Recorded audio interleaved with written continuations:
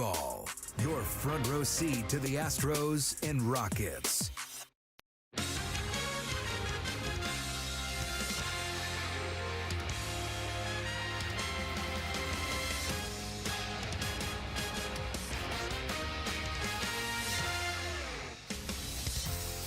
It is a Friday night as we welcome you to Houston, Texas, where tonight the Astros will welcome in an all NL Central rival, the St. Louis Cardinals. Cardinals coming off an off day are 10-8 on the year. Astros taking 2 out of 3 against Colorado. Start the night at 8-12. Hi, everybody, and welcome. I'm Todd Callis alongside Jeff Blum. Glad you could join us for a weekend of Astros baseball against St. Louis. Plummer, we've got a couple of guys in each lineup that are really off to hot starts. Yeah, it's going to be a lot of fun to watch to see how these pitchers approach Jordan and Jordan, or Jordan as we like to call him here in Houston. But these guys can tear the cover off the baseball. We know what Jordan is able to go out there and do. This season, his weighted runs created plus is best in Major League Baseball at 225. The Major League average is right around 100. He is a force inside that lineup. And we said in spring training, if Jordan is healthy, he is one of the better players in baseball and obviously makes this lineup that much better. The other guy for the Cardinals, kind of a surprise how well he's done early on, Jordan Walker. Yeah, it's been interesting to watch. He's only 23 years old, very close to his 24th birthday, but it feels like he's been in the league for years. 8 home runs already, tied for first in Major League Baseball. Is 2 more home runs than he had all of last season. So he's kind of a work in progress, but this season, that #1 pick has come to fruition with the power. So it's Jordan against Jordan here as the Cardinals get ready for the Astros. Yeah, Yellowwood is bringing the lumber, and so are Jordan and Jordan.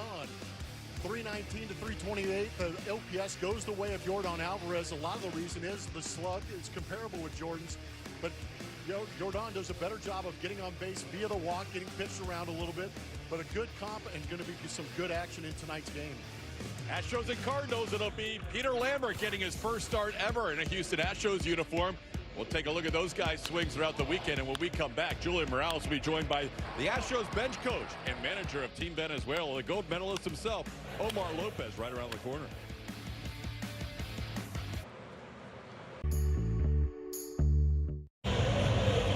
It is the start of a new series for the Houston Astros. They're facing the St. Louis Cardinals over the weekend, and the series starts tonight with the Cards. I'm with bench coach Omar Lopez as we talk about what was a series win over the Rockies. What did you see from your club in that series, first of this homestand after a tough stretch?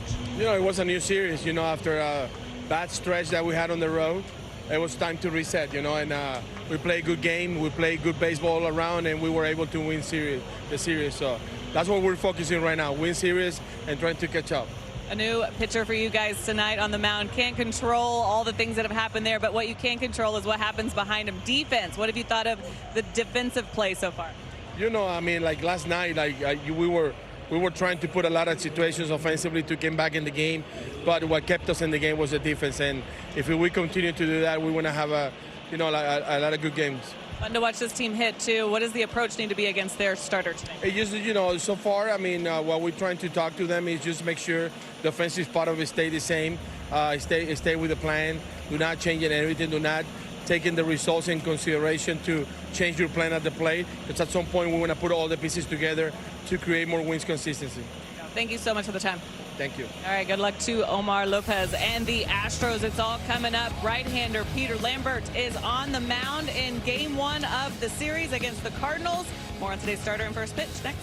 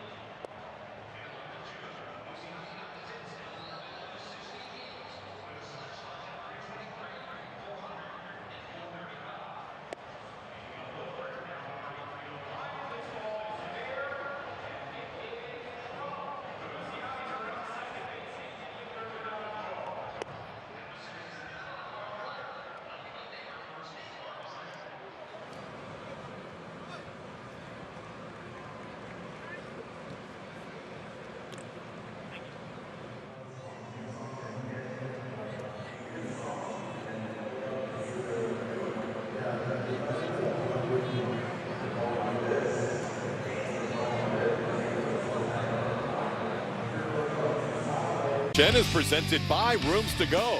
Get fashion, style, and quality all at low prices on every item, every day. By Mack Hike Chevrolet, the #1 volume Chevy dealer in Houston. And by Yellowwood brand pressure treated pine. If it doesn't have this yellow tag, you don't want it. Back inside Dyken Park, getting ready for our Friday night showdown between the Astros and Cardinals. First of 3 over the weekend, and fireworks to follow here as the Astros are 2-1 so far on this stand.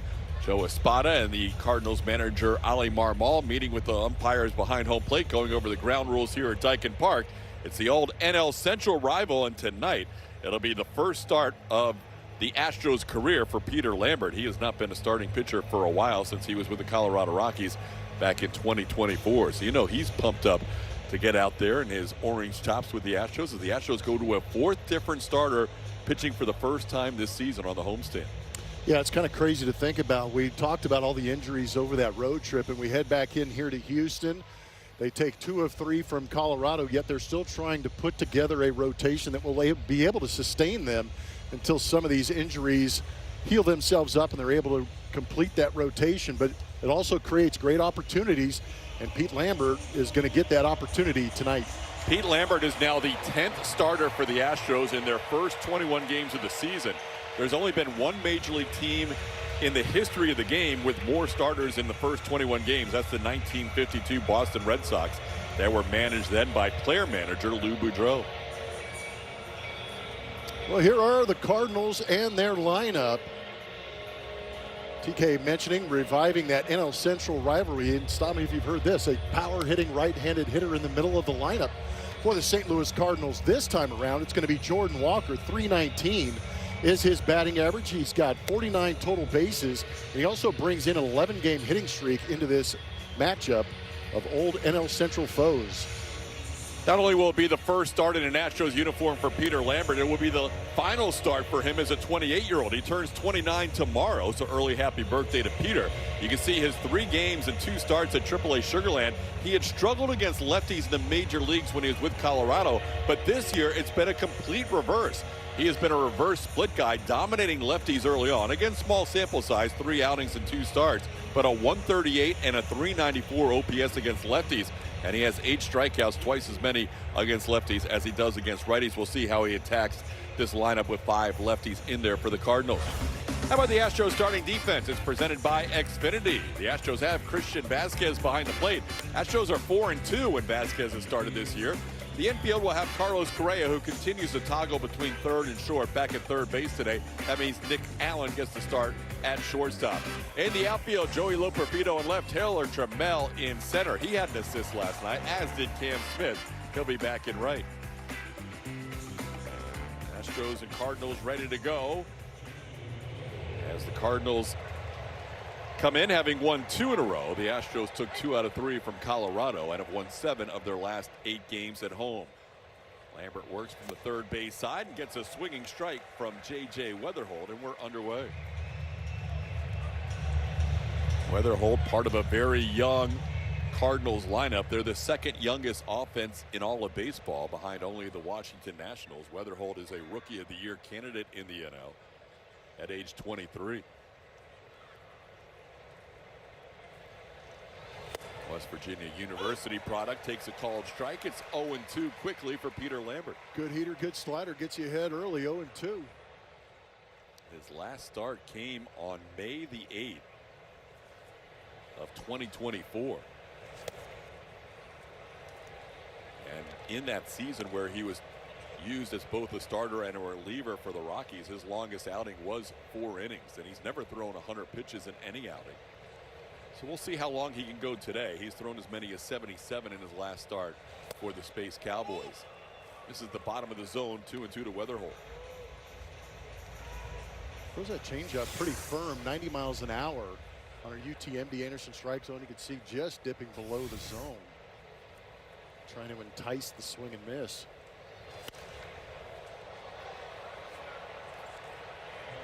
Peter Lambert, one of 2 Lambert brothers who has pitched in the major leagues. Peter pitching exclusively with Colorado, and his older brother Jimmy pitching for the White Sox. Ball is loose, or something is loose out in the outfield. Oh, the door's open. The door was open for the first 5 pitches of the game, and Taylor Trammell finally took notice, and he's like, I got to make sure that's closed. It happens every once in a while.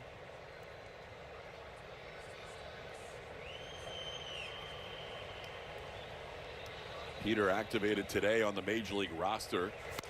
And this one's cued toward third. Tough play for Correa. Carlos won't even attempt to throw. Off the end of the bat, J.J. Weatherholt has an infield hit.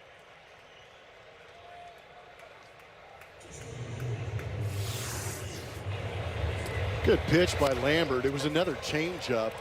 Weatherholt was out in front. Nothing Carlos could do right there, playing back with 2 strikes. Weatherholt leads the Cardinals with 4 steals and 4 attempts. Now Ivan Herrera, the batter. Herrera calls one to center field. Pretty well hit, but playable for Taylor Trammell. He'll put it away for the first out. 1 pitch and 1 out on Herrera. All In All the Time is presented by Daly and Black, talking about Pacific Coast League ERA leaders. How about the Space Cowboys representing? Top 3, Spencer Arrighetti, Colton Gordon. There's Peter Lambert. 1.84 is his ERA. Had 12 strikeouts and 3 walks. That was through tax day on April 15th. Pretty good representation. 1 run allowed in all 3 outings for Lambert as he gets a swinging strike here on Alec Burleson. A lot of these Cardinals faced Peter Lambert in spring training. Lambert ended up pitching against the Cardinals in spring training with 2 different outings. One of them was our second telecast of the season, and he faced everybody in the lineup with the exception of J.J. Weatherholt and Pedro Pajes. So 7 of the 9 Cardinals seeing him at some point this spring. This one in his center, and it's going to be down for a hit. Trammell will play it on a hop. Weatherholt going first to third, and the Cardinals have runners on the corners with 1 out. There's 3 straight changeups against Burleson in that at bat for Peter Lambert. This one creeping off the outside corner, but Burleson went out there and got it. Burleson has hit in all 7 games now that he has played in Houston in his career. He hits an 0-2 pitch into center and sets the table for Jordan Walker. Well, here he is, one of the hottest hitters in all of baseball. You can see his numbers on the season, riding an 11-game hitting streak. Fouls the first pitch away. StatCast 3D, powered by Google Cloud, is going to show you some of the damage that Jordan Walker has done this season. Those are 8 home runs. Pitches up, out, over the plate, elevated. 3 home runs on the 4-seam, and a good mix on all the others to get to that total of 8. That's a bullet up the middle. That'll be the 3rd hit of the inning for the Cardinals. Going first to third is Burleson. Walker drives in his 16th run of the year, and the Cardinals jump out in front 1-0.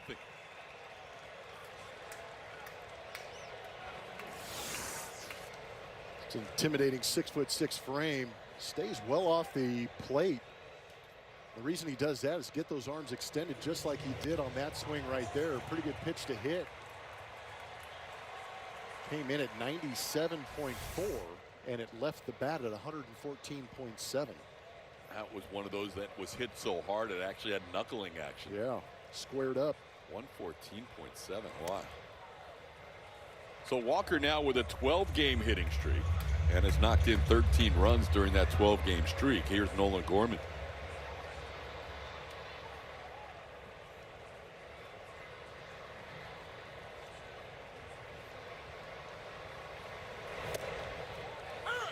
Lambert gets that strike. It's 1-1.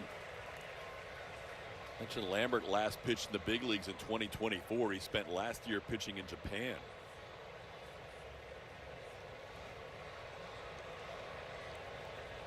As a starter for the Yakult Swallows in his 1 year in Japan. This ball popped high in the air. Christian Walker loses it. Jose Altuve can see it, and now it falls by the Astros dugout, and it's a foul ball. I'm not sure if that hit something up there I wonder if it was up there rattling around. Had some hang time on it. There was no sign from any umpire that it was a dead ball. But obviously a pop-up that Walker couldn't see, and by the time Altuve saw it, it was too late. Not much you can do with that one.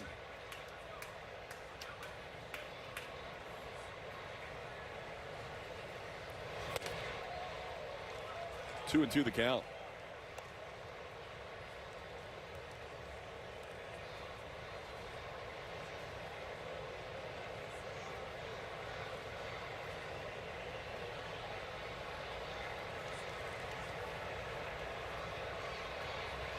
Two outings against St. Louis in the spring. Lambert pitched a combined 5 innings of shutout baseball. Cardinals getting to him here in the first big league inning in an Astros uniform.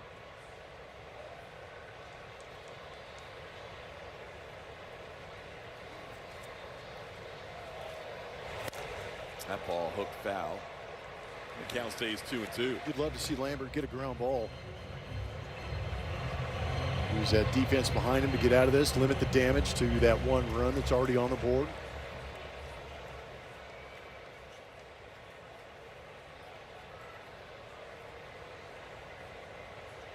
Burleson at third, Jordan Walker at first with one away.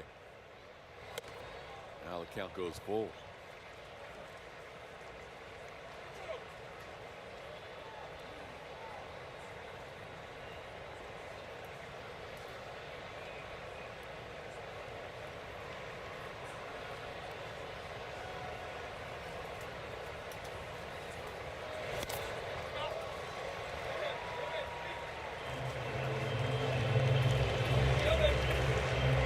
Has been splitting time over third base with a name familiar to Astros fans, Ramon Urias. Gorman in the lineup for the first game of this 3-game set.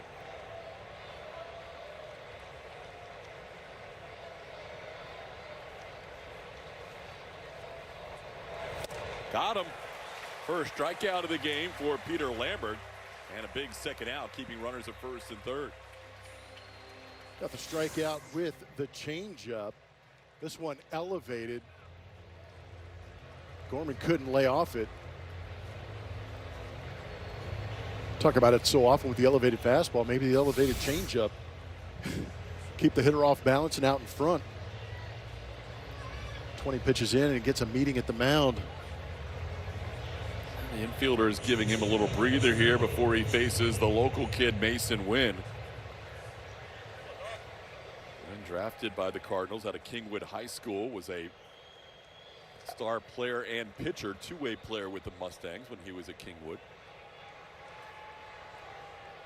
It's evident when sometimes when he gets a ground ball at shortstop and he has time to let it go, he can let that thing rip. Yeah, he does. He was in the mid to upper 90s from across the diamond. I remember watching him in the Futures game, and they were raving at his arm. Yeah. Now 24 years old. Mason bats with 2 on and 2 outs. Pretty firm fastball at 96. It's 1-1. Astros really liked what they saw out of Lambert in spring training, and if you would have asked them halfway through the spring, he was probably likely to make the team. And then he got a couple of outings against the Mets late where they hit him around a bit. His last couple of outings in spring training was 10 hits in 6 1/3 innings. And 4 runs against the Mets. And Christian Roa just eked out that last spot ahead of Lambert. But here Lambert is, with Roa being optioned out to make room for him on the roster. Lambert did have an opt-out clause at the end of spring if he didn't make the team. And the Astros were hoping he would stay with them. And everything worked out even after he took the opt-out. To pop up on the infield, Jose Altuve puts his hand up and waits for it to come down for the final out of the inning. 3 hits, a run. The Cardinals lead 1-0. The Astros will face Kyle Leahy when we come back.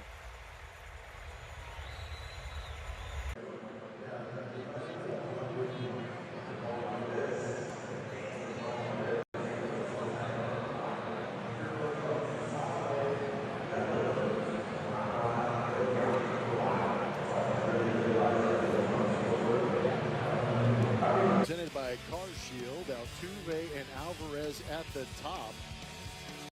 There's Jordan right in the middle of it, 328. We talked about his numbers in the open. The Astros rely heavily on him. He's got great numbers against lefties. Struggling a little bit against right-handed pitching today, but we'll see how that goes against Leahy today, TK. Kyle Leahy, converted reliever into a starter this year. So far, he has had mixed results. You can see the record in ERA of 5.14. A lot of runners on, a 1.71 whip.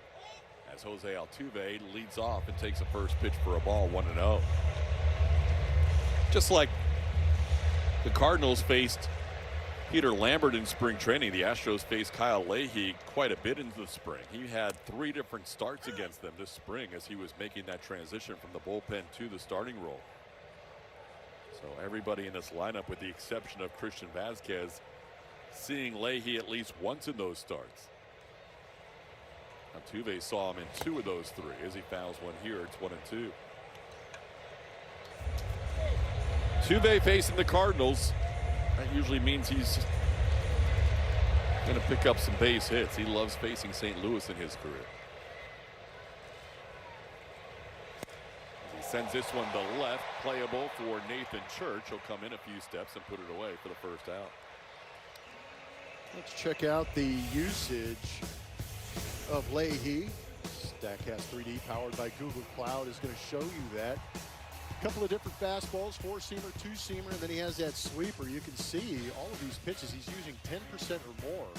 So you got to be on your toes as a hitter. Sweeper and curveball using exactly the same amount.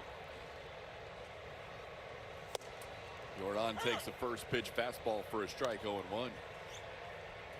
But here's the interesting thing. Left-handed hitters are pounding on Kyle Leahy's pitches. 394 is that batting average, slugging 606. Goes after him with the 4-seam fastball, the cutter, and the changeup. Averaging right around 93, 94 miles an hour on his fastball this season. 487 on base percentage for lefties is the highest of any pitcher in baseball this year. He's got Jordan down in the count 0-2, and the league leader in not only the American League but the major leagues is Jordan, and on base percentage at 483. So this should be a matchup that he likes, even though he has to battle here down 1-2. And I said cutter, I should have said curveball. He likes that curveball to the left-handed hitter.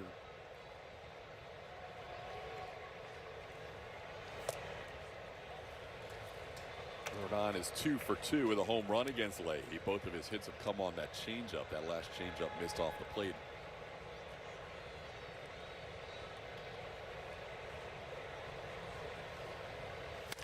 On the ground, and that'll be through for a base hit. Jordan continues to hit here at Dyken Park with a single here in the first.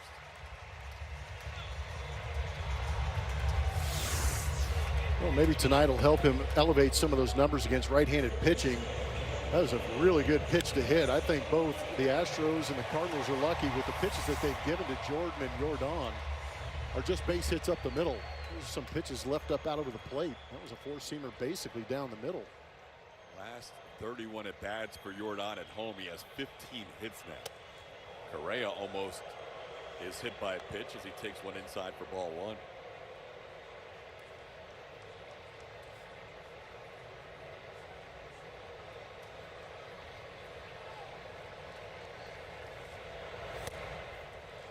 There's a strike.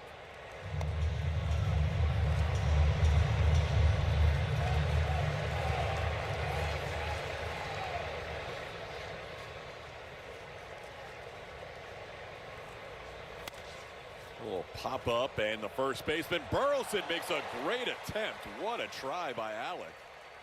He gave up his body for that one, but was just short of making a spectacular play. Yeah, he was playing in, holding Jordan on. That's why he had a chance at this one. Not hit very high. Got a decent jump at it.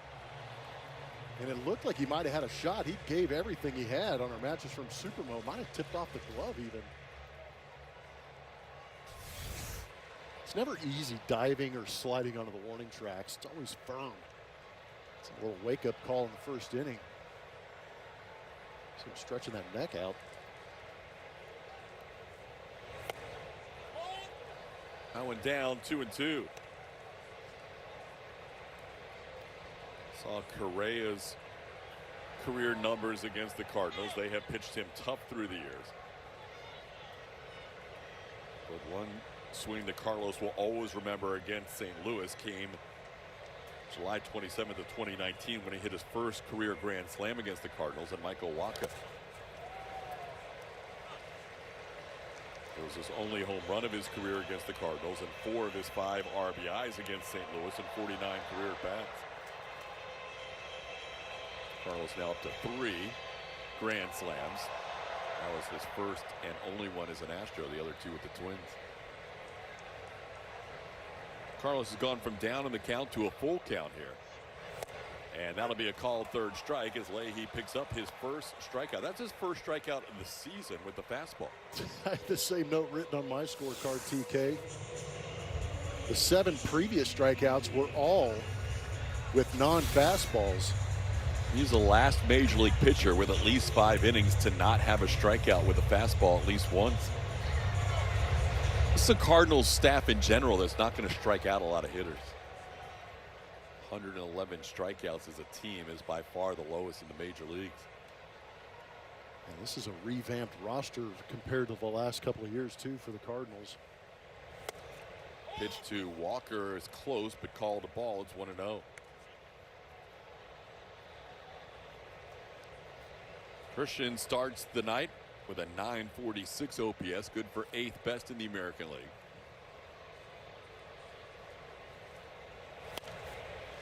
He's actually had better numbers this season against righties than lefties with that OPS at .994 against righties as he fouls that one off.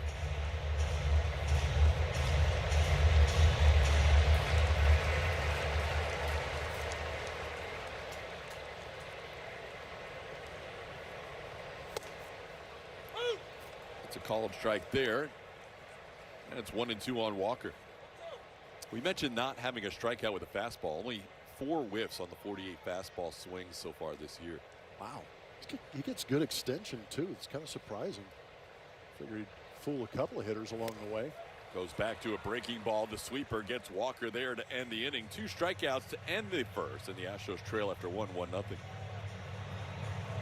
Cardinals have a 1-0 lead over the Astros. We move to the top of the second here at Daikin Park. I have your dugout report. It's presented by Jack in the Box. Peter Lambert around opening day was granted his release. This was after finding out he wouldn't be on the opening day roster, but the Astros were thrilled to find out that he would be returning on a minor league deal, being a part of this organization because they saw some potential in him. There were things that they wanted to continue to work on with him. He was pitching for the Rockies so many years. They were hoping that getting out of the high altitude would help him, but also there were a few things that they wanted to do to help him use his strength, use that breaking ball in a different way to give him more success. They also hoping for coverage here, TK, and they think he's capable of that and more.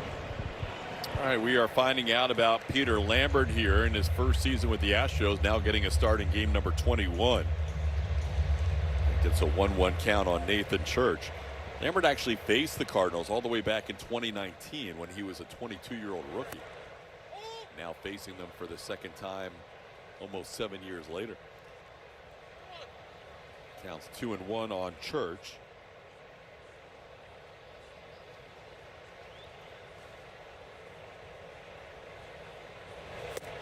Pitches a strike. It's 2-2.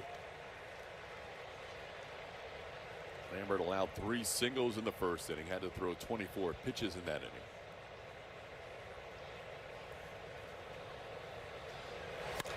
And this ball sent into right center field, down for a hit. Cut off nicely by Cam Smith, who got there in a hurry. But Church will have the 4th hit for the Cardinals of the first 7 hitters. You know what, TK, you bring up a good point. We always talk about how good Cam is and how he's adjusted the outfield, the speed, everything he does really well. But that's a good play right there, keeping that ball out of the gap. Sometimes it gets overlooked because he makes it look easy going over there and cutting it off. But you keep that runner at first base, keeps the double play in order. Yeah, he did make that look easy. He got there in a hurry. Here's Pedro Pajes taking a pitch up.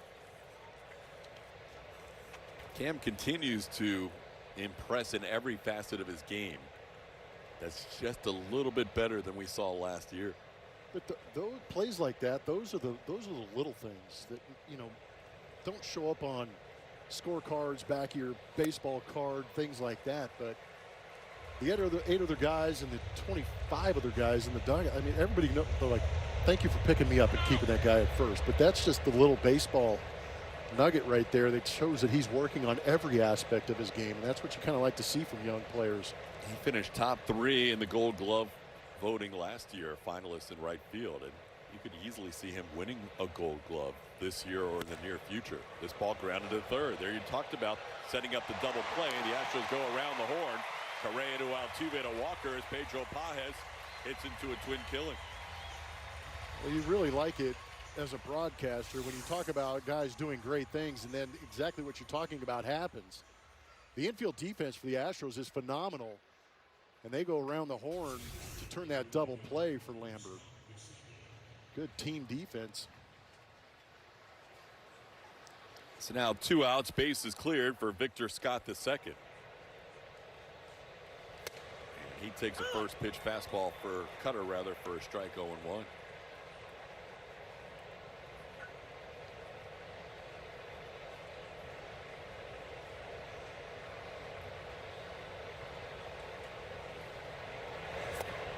Julia mentioned how excited the Astros were to retain Lambert after he opted out after not making the roster.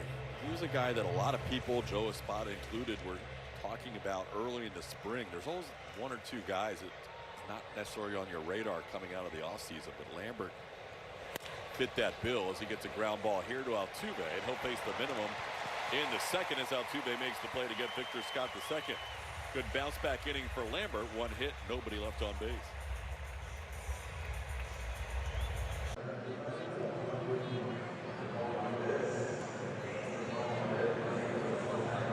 Ice cream bucket hat presented by Texas Bay Credit Union. Get your tickets now at astros.com/promotions. Joey Loperfido leading off the bottom half of the second inning, and Loperfido watches a breaking ball drop in for strike 1. See Joey's numbers on the year, 273, playing his 20th game out of the Astros' first 21 on the season.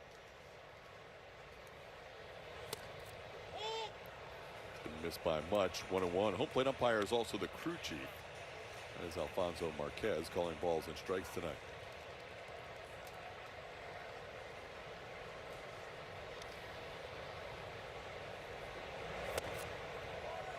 Pitch down to Joey, 2-1. It'll be Loperfido, Cam Smith, and Taylor Chamel.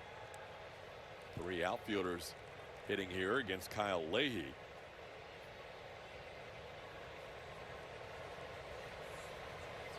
Mentioned Leahy faced the Astros 3 times in spring training. He also faced them in the regular season as a reliever. So some of these Astros have seen him in a regular season game, but first at bat for Loperfido in a regular season game.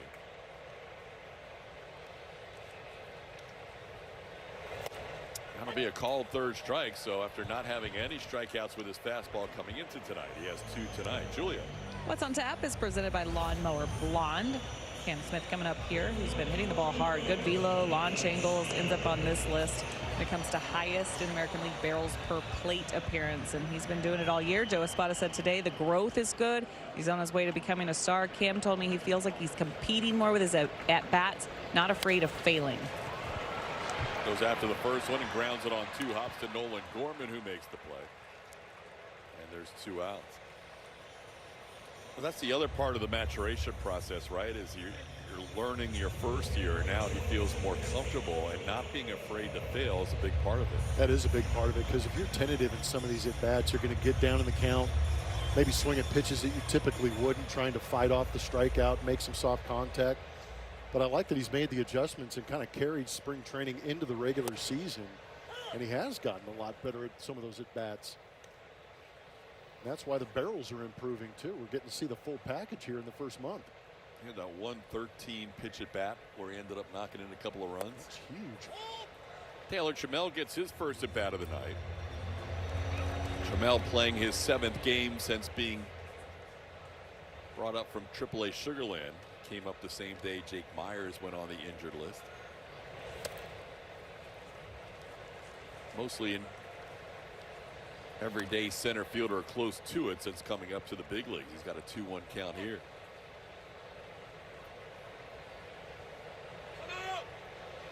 Trammell uses his time.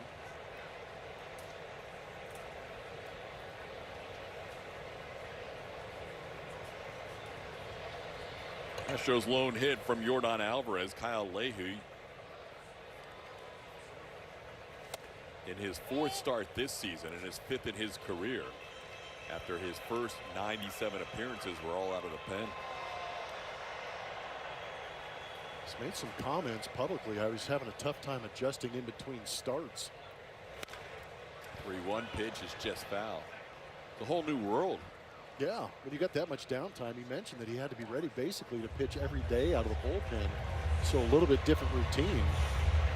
Now he's got to figure out when to have that spa day. Spa day, I love it. Get the massage, get a nice meal, hang out.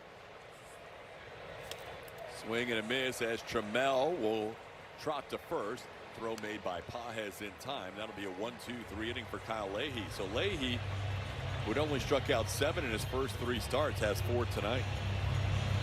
Full assist, Trammell to Correa to home to keep a run off the board. But 4 outfield assists this year is good for second most in Major League Baseball. Yeah, that's what Omar was mentioning to you. The Astros defense keeping them in the game last night. And you always love when Carlos Correa is part of a relay. Absolutely. Get him the baseball and let's have some fun. Top of the order, J.J. Weatherholt will lead things off for St. Louis. He had an infield hit his first time up. I feel like Correa is a little closer at third than he was maybe that first at bat. He's right on the grass dirt cutoff. And Weatherholt is hit by that pitch. The Lambert, who hit 2 batters in his 3 outings at Sugar Land, hits Weatherholt here to start the 3rd inning. That's the 3rd consecutive leadoff hitter to reach for St. Louis. Just held onto that cutter a little too long and clipped the thigh.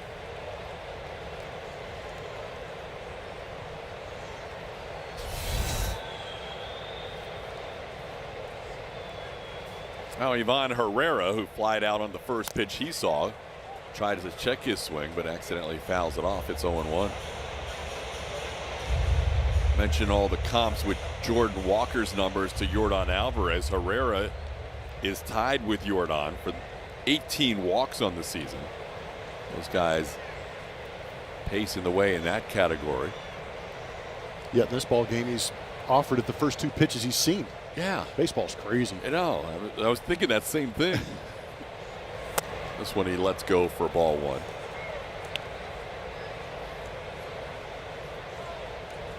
Lambert now has allowed 4 hits and a hit by pitch as he works in his 3rd inning.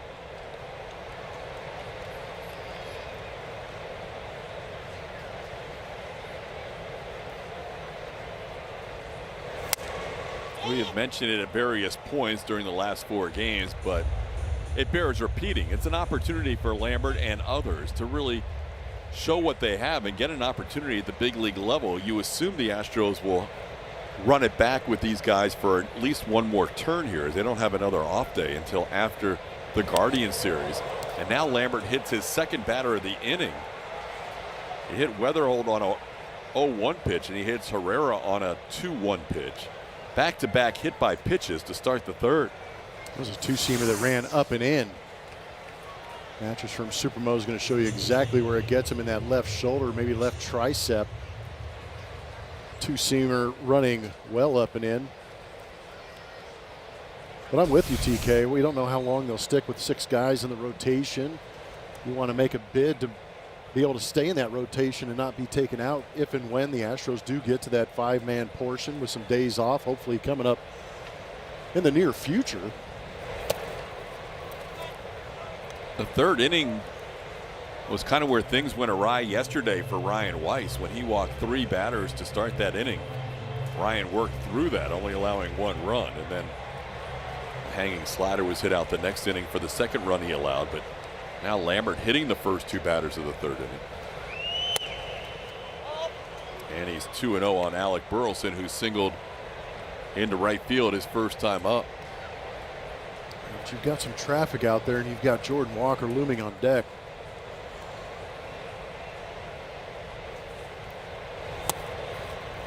Picks up a strike at the knees, 2-1. Good pitch with that changeup. Fastball count, and he slowed things down and made a very good pitch down and away. Maybe double up on that, get a rollover to Jose Altuve or Christian Walker. It was the changeup. Burleson did a good job of getting underneath it. Again, that changeup comes in pretty firm. 89, 90 miles an hour from Peter Lambert.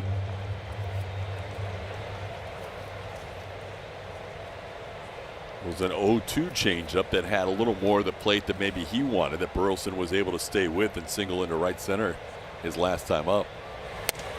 That one's up 3-2. Might have been just a show me fastball at the top of the zone, change the eye level a little bit.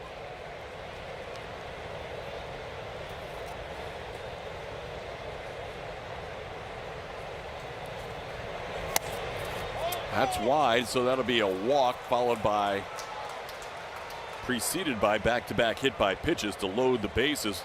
Very similar to yesterday where Josh Miller saw Ryan Weiss load up the bases without a ball being put in play, and it happens in back-to-back nights in the third inning. So he'll visit the former Rockies right-hander. Now a message from Buick GMC.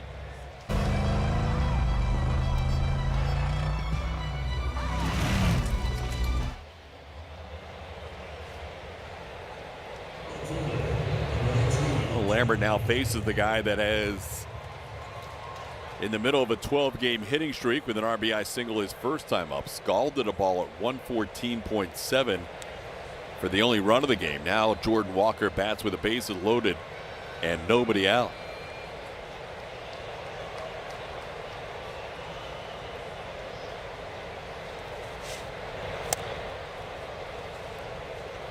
Mentioned Lambert faced most of these Cardinals in spring training, including Walker. The last time we saw Walker in the spring, he was really struggling. He had a tough spring training for St. Louis until maybe the last 2 games of the spring.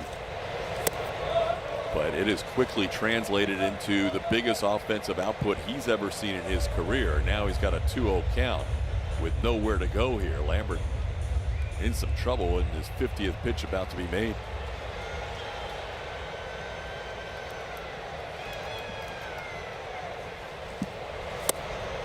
Got him to leave the zone, which helps. It's 2-1. Stayed with that slider. Got the swing and miss. Jordan Walker still young, still holding on to 23 years old. Now he takes a sinker for a strike, and now Lambert back in there, 2-2. Yeah, that's a good pitch, and he kind of set it up with those 3 sliders on the outside edge, slow and moving away from him, and then all of a sudden just rushed that fastball in on the inside edge at 95. Good pitch. Walker has 21 strikeouts, the most of any Cardinals hitter. Lambert would love to find the pitch to strike out Walker here.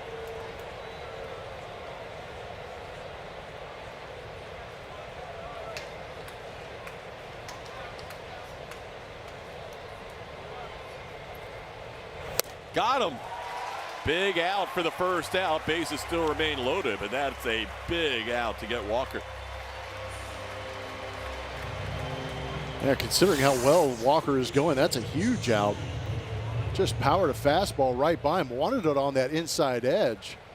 Fortunately, enough velocity to get a late swing from Jordan Walker.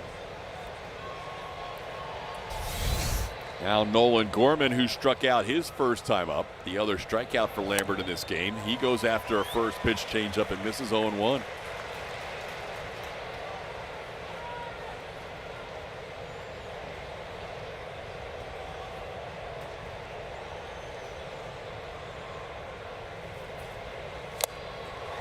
Steady diet of changeups against Gorman tonight. That's the 7th changeup that Gorman has seen.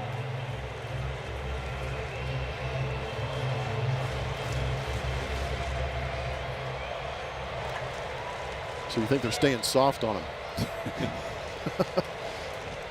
Saw 3 fastballs and 5 changeups his first time up. Now back-to-back changeups this time up. Another one. He struck him out on a changeup the first time.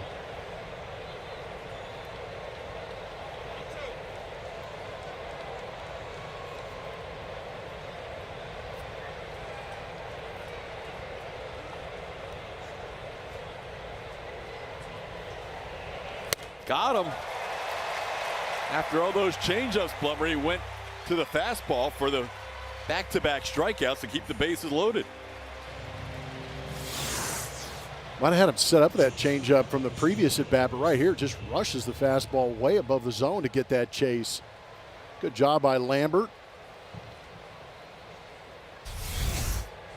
Now if he can get Mason Wynn, he can escape bases loaded and no outs. And Wynn looks at a first pitch strike. Mason just 4 for 34 this year, facing right-hand pitching. He popped up his first time up.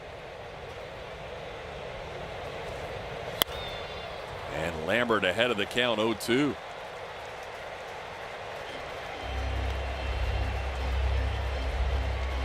Hit by pitch,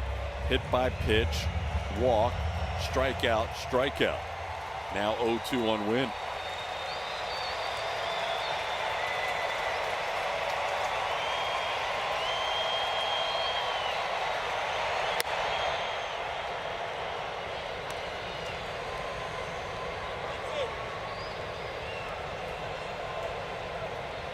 You do save your pitch count a little bit by hitting guys in the first 3 pitches.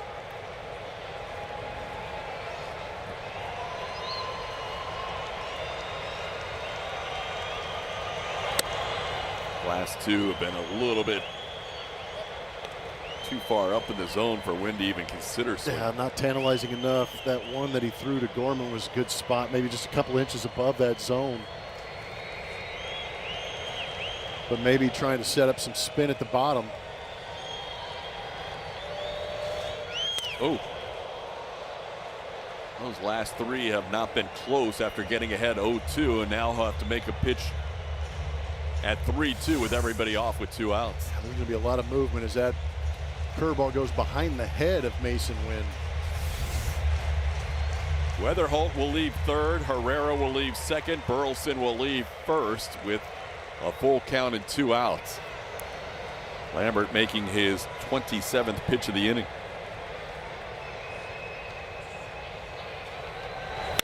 Ground ball through the hole, and with the runners on the move, 2 runners will score easily. 2 RBI single for Mason Wynn, and the Cardinals lead this game 3-0.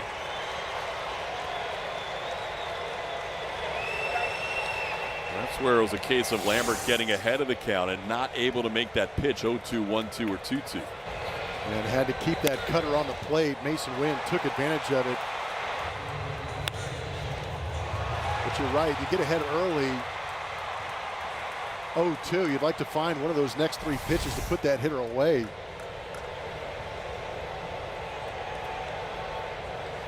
So almost escaped the bases loaded, no out situation, but couldn't finish off that last hitter. Now Nathan Church.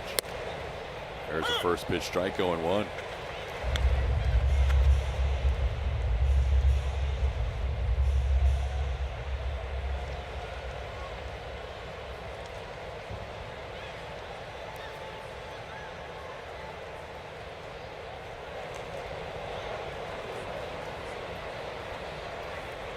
Only the 5th hit of the year for Mason against a right-hand pitcher. He drives in 2 runs, had 1 RBI in his first 49 at-bats, and knocks in 2 with his 50th at-bat.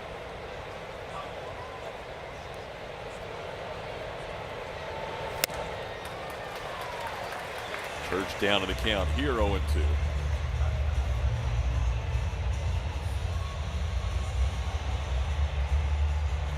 Astros have their bullpen stirring. They have used their bullpen quite frequently all year long. J.P. France beginning to loosen up.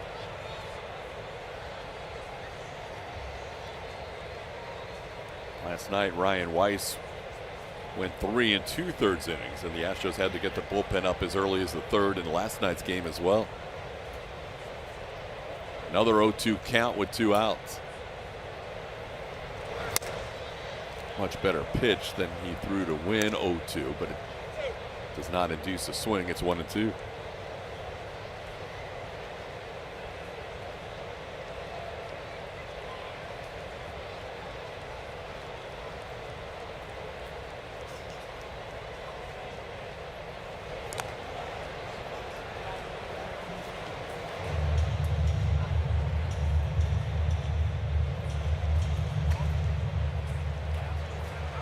Two disengagements in this at bat, so Wynn might think about trying to run here on a 1-2 count.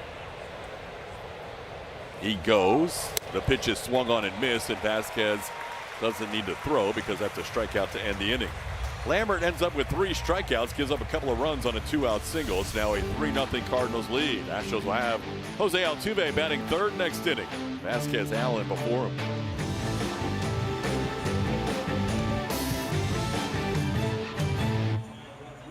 I'm going to ask you which Major League slugging star are you most looking forward to seeing match up against Yordan Alvarez here at Dyken Park. Aaron Judge, they'll be in next weekend with the Yankees, April 24th. Shohei Ohtani, the homestand after that, May the 4th. Vlad Guerrero Jr., August the 3rd, or Mike Trout, August the 18th. Those are your choices. Go to Space City HN, use the hashtag Stropole. Judge and Trout had quite a showdown at Yankee Stadium earlier in the week. That was like home run derby for those guys. Trouty homering in 4 straight games. 5 home runs in 4 games. We said at the very first series of the year, it looked like Trout might be back, and he has carried that forward. One of the reasons the Angels are off to such a good start. The Angels starting the day 10-10, just a half game behind both the Rangers and the A's for first place in the AL West. Yeah, between Trout and Soriano, they've got some studs. Soriano's having an electric start to the season. We saw him opening day, and he was filthy. Christian Vasquez sends one high in the air to left field. All the way back to the wall is Church. He'll look up. It's gone. Christian Vasquez started the home run celebration with a cowboy hat, and now he gets to wear it. His second home run of the season. That's a 5-game hitting streak where he's hitting 500. He just continues to drive in runs every time he's in the lineup.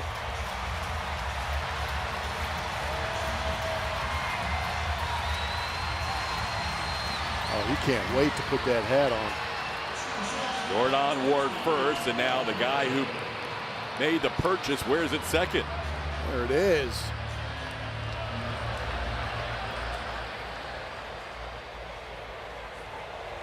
Oh.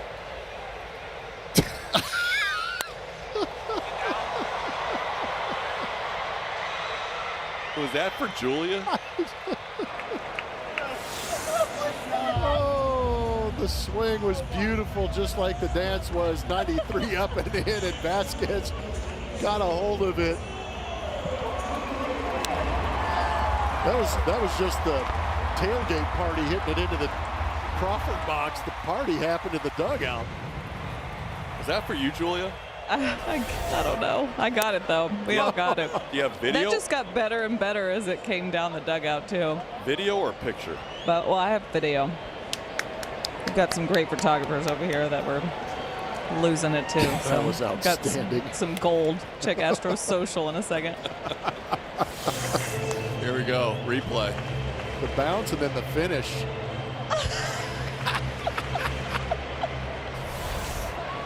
Is that guy having any fun? I mean, that's how you're supposed to play the game, right? Pesky. Just the second Astros hit against Leahy, who's now ahead of Jose Altuve 1-2. If you lock Julia up and get her to laugh that much, you've done something. I just didn't see that coming. Vasquez has 11 hits on the year, 6 of them extra base hits, 4 doubles and 2 home runs. Man, He's getting after it. he is getting after it. Now hitting .393 on the season. Altuve chops one to third, picked by Nolan Gorman. That was a do-or-die play that Gorman made for the second out. The power play is presented by AGB. Of course, when we talk about power, we talk about Yordan Alvarez. Highest expected slugging percentage this season, He is by far clear ahead of everybody else. Mike Trout, we talked about, had a great week up in New York. Still not matching up to what Jordan's done this season. An 837 go ball. He hits it high. He hits it deep to the wall, and it's good! The big man does it again. Aaron Jordan on a towering drive to right. Gives the Astros 2 in the inning, and it's now a one-run game. We have liftoff. We're going to have to continue to adjust numbers on Jordan Alvarez as he continues to pummel Major League Baseball. Jordan now 4 for 4 against Leahy with 2 home runs as he hits one out to about 5 rows deep in right field. That ball had so much hang time, you weren't sure if it was going to get out. And now he wears the hat just 1-2 batters later. Oh, if he strikes the same pose as Vasquez. Wait for it. He's slow playing it a little bit. Tip of the cap. Oh, got the look. A little bit of a doobie look right there. Jordan wearing the home run cowboy hat for the second time. Correa slowly hits it to short. Mason Wynn makes the play, but the Astros get 2 of them back thanks to the big fly. Christian Vasquez continues his hot hitting, stepping in and behind the plate. He got the hat. He got to wear the hat. And then Jordan said, that's cool. I'm going to put it on for the second time as he elevates and hangs one out there for about 7 seconds almost and drops it into the seats. Astros down by 1. Again, gave up a couple of runs last inning with both the first 2 hitters being hit by a pitch coming in to score on a 2-out, 2 RBI single by Mason Wynn. This ball hit well down the left field line, hooking, and Pages just misses a home run by a few feet. Home run distance, but foul off the bat of the Cardinals catcher.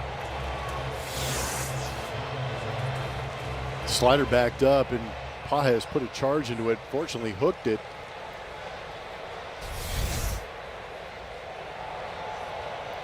Lambert getting ahead 0-2.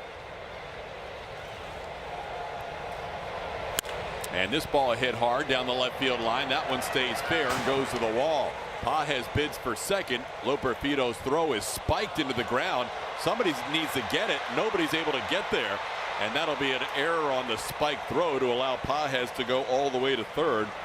That is the 4th straight leadoff hitter on for the Cardinals tonight. It's the same pitch that he hooked foul for a home run. This one he stays on, keeps it fair into that left field corner. Loperfido over to cut that off and try and get it in. Looked like he had intentions to go to second base, but then about halfway through opted out, but the arm couldn't hold up. Now the infield comes in on Victor Scott to second. Pages getting back on the throw by Vasquez.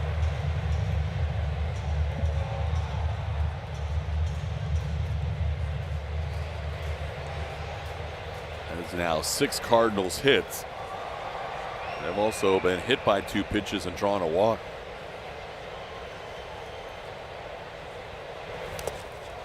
Good stop by Christian Vasquez. It's a pitch down. It's 1-1.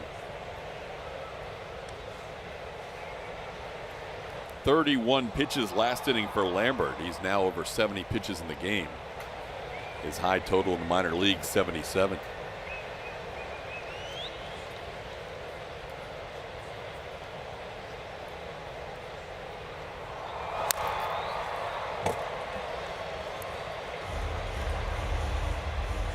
The infield in here, the Astros hoping for a ground ball, and that's something Victor Scott II does a lot of. He hits a ground ball 65% of the time, 3rd most in the major leagues.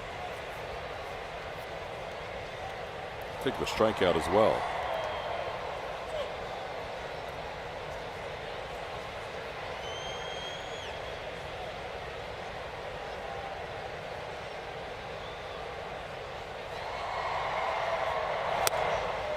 There was a stretch yesterday where the Rockies put the leadoff runner on in 6 consecutive innings from the 2nd through the 7th. Tonight, the Cardinals have put the leadoff runner on all 4 innings.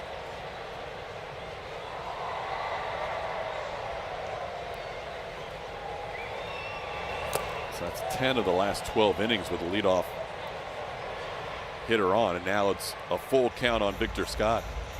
That's where things got a little dicey last inning. Once he got to an 0-2 count on Wynn and he got to a 3-2 count, it allowed the runners to get a head start, and a ground ball single might have scored only 1 with Herrera on second instead of scored 2. Not as much of an impact here with nobody out, but still you go from getting ahead to a 3-2 count, and now you get a strikeout. That's a big out for Lambert for the first out. Fastball's actually been effective for some swing and miss for Lambert as he cuts that one back. He's tried to do that a couple times. That was the same pitch he threw to Mason Wynn, who got a base hit on it. Now J.J. Weatherholt with 1 out and the infield still in. And he grounds one to that drawn in infield, and Christian Walker is there. He looks Pages back to the bag, and Lambert, who almost escaped a bases loaded no out situation last inning, trying to work around a runner on third and no outs here. Astros Friday night games at Dyken Park are the spot to be. You can kickstart your weekend with Friday night fireworks presented by ConocoPhillips. Grab your tickets now at astros.com/promotions. So now Ivan Herrera, the batter.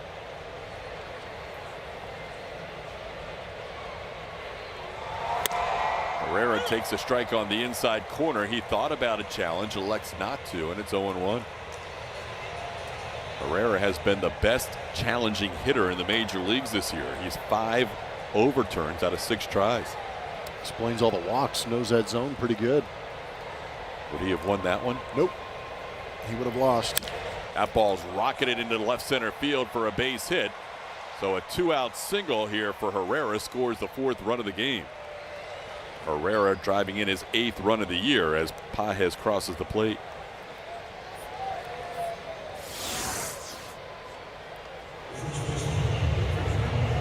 Pretty good swing. You see Vasquez set up on the inside. They wanted to try and tie him up, but that one leaked out over the middle part of the plate, and Herrera made him pay.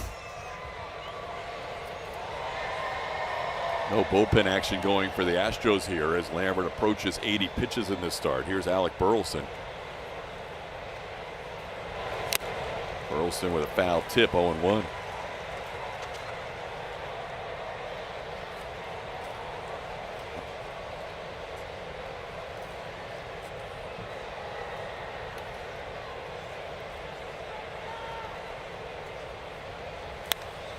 That's fouled back, 0-2.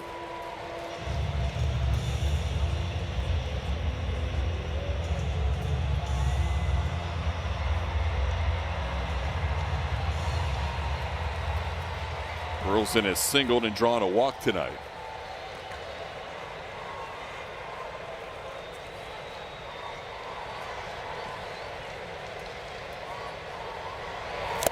And that'll be a strikeout caught by Christian Vasquez on the foul tip.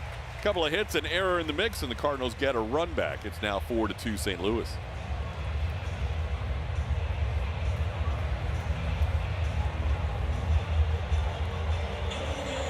SCHN has exclusive post-game coverage just for Rockets fans. Tune into SCHN and SCHN Plus starting Saturday after Game 1 for expert analysis and exclusive access by your hometown broadcast team. Rockets playoff post-game on SCHN is brought to you by Academy Sports and Outdoors. Christian Walker will lead things off here against Kyle Leahy. Walker struck out his first time up. Leahy delivers a strike here. It's 1-1. Going to be Christian and then Joey Loperfido and Cam Smith second time around against Kyle Leahy.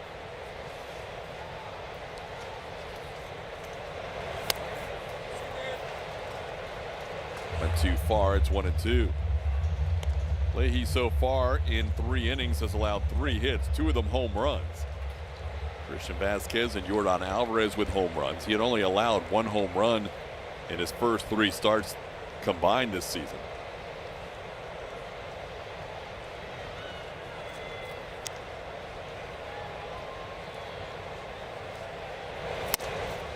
lays off a close pitch. It's 2-2.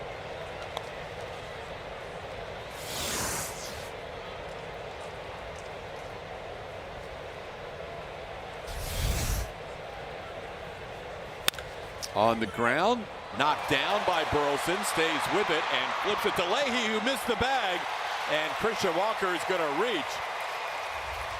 That play a little bit off timing as Burleson couldn't make the clean play.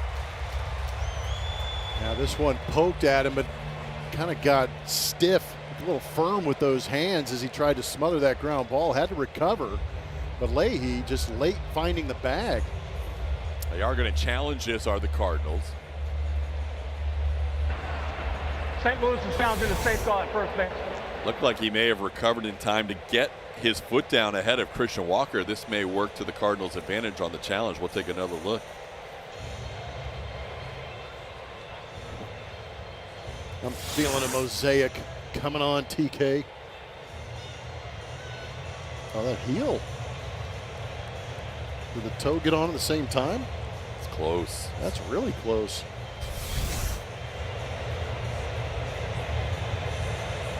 Thought that Leahy had missed the bag initially. He did not miss it. It was just a little delayed once he got there. Christian made it a close play. Ruled safe. Will there be enough to overturn it?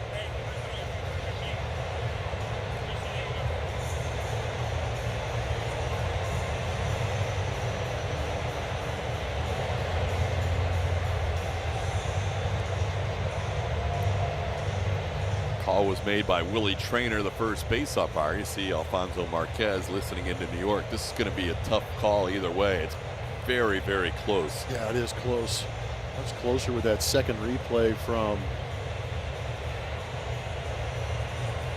the first base side.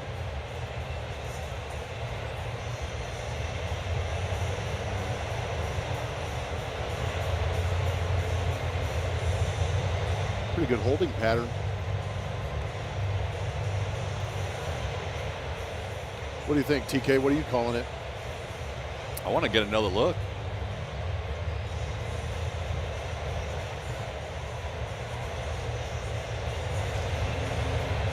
It's a tough angle. Yeah, hard to see.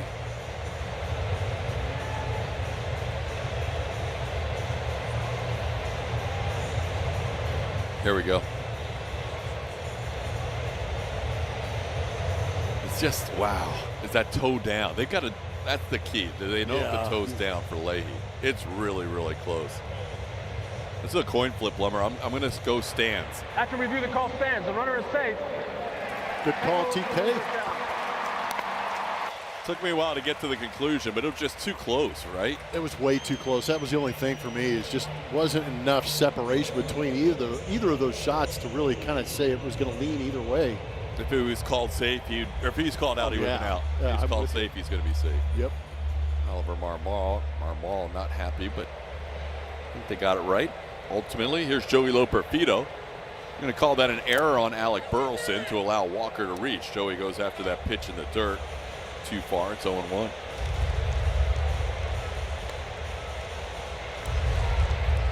The teams have been able to get to Leahy in his first go-round as a starter. Second and third times through the lineup has been much better than first time through the lineup. That one's down and in. It's 1-1. You see the numbers. Once he gets through that lineup for the first time, they elevate in a hurry. So far tonight, just 1 for 4, second time through the lineup, but that one hit was a home run by Jordan. This ball towards short. They're going to go to first, and they get the out on Joey Loperfido. Christian Walker gets into scoring position with 1 out.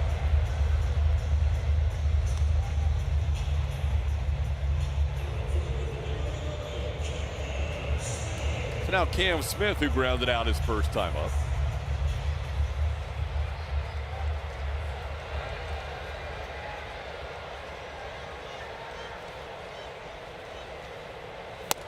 Cam checks his swing, or did he? No, too far. Willie Traynor calls it a swing. It's 0-1. Cam third on the team with 10 runs batted in, trailing Jordan with 18. And Christian Walker with 16.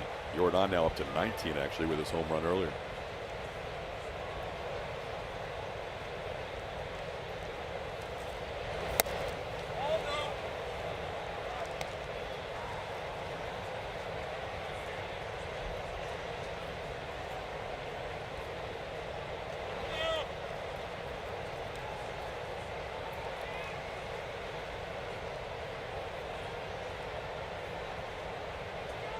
Leahy coming to set a little too quick.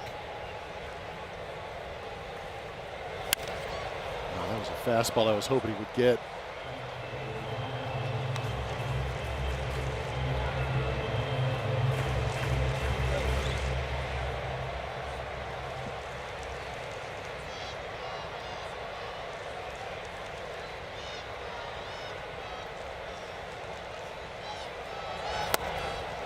Good take on a pitch down, 2-2 to Cam.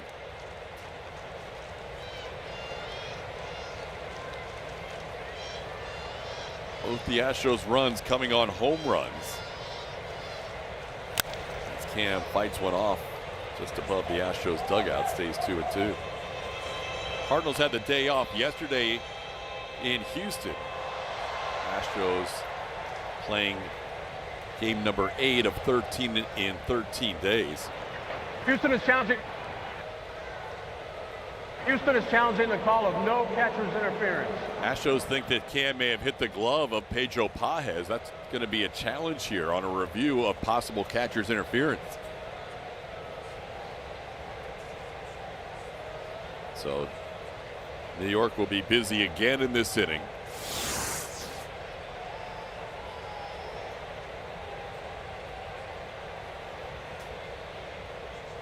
Didn't see anything there. How about here? Oh, yeah. Yeah, he did get him. The recoil is on that previous angle. The recoil is what kind of said that you got the glove.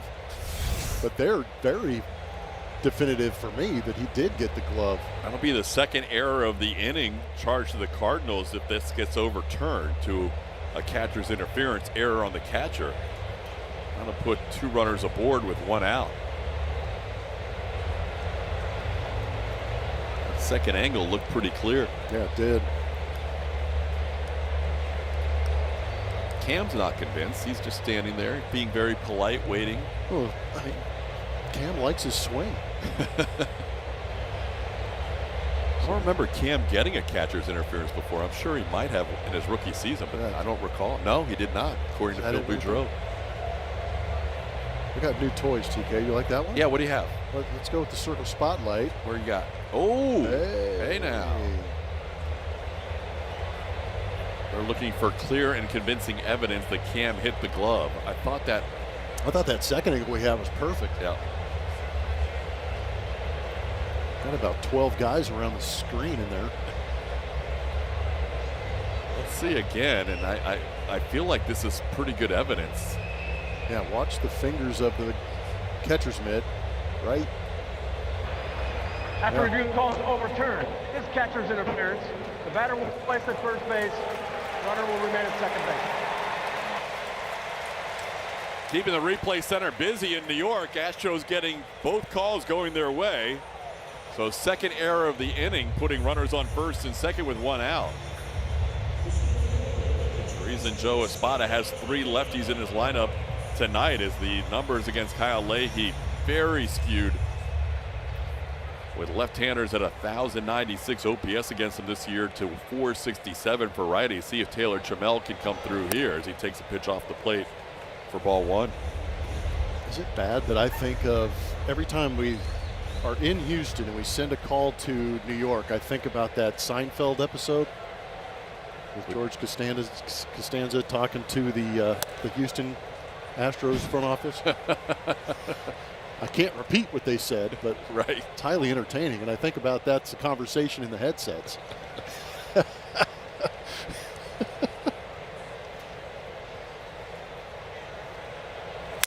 Broken bat off the glove of Weatherholt. Everybody moves up 90 feet. Christian Walker to third. Cam Smith to second. Taylor Trammell breaks his bat but ends up with an infield hit. And the bases are loaded for Christian Vasquez. That is a very well-placed broken bat single for Taylor Trammell. Got a sinker on the outside edge, broke his bat. Just able to keep it out of the reach of Weatherton, who made a great effort on this. Didn't kick away far enough to be able to drive in that run, but it sets things up beautifully for the hot bat of Christian Vasquez. Vasquez will hit with the bases loaded, 1 out. Now a message from TXU Energy. TXU Energy Ultimate Season Pass. 50% off energy charges during peak summer and winter, plus more months of savings. Vasquez hit one into the Crawford boxes his first time up. That was the first time he faced Leahy. Now bases loaded and 1 out. Mention how many times Carlos Correa has hit with the bases loaded. Vasquez in limited games is second on the team, now hitting for the 5th time with the bases loaded. He is 2 for 4 prior to tonight with the bases filled, with 5 runs batted in. There's a strike, 1-1.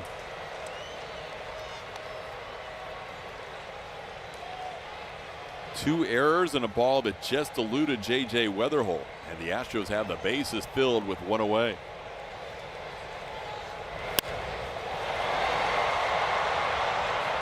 It really feels like in these situations, and we've seen this in the past from Christian Vasquez, both when he was playing against the Astros and obviously with the Astros, that he'll go up the middle, big part of the field, and just try and shoot that ball the other way when he's got runners in scoring position.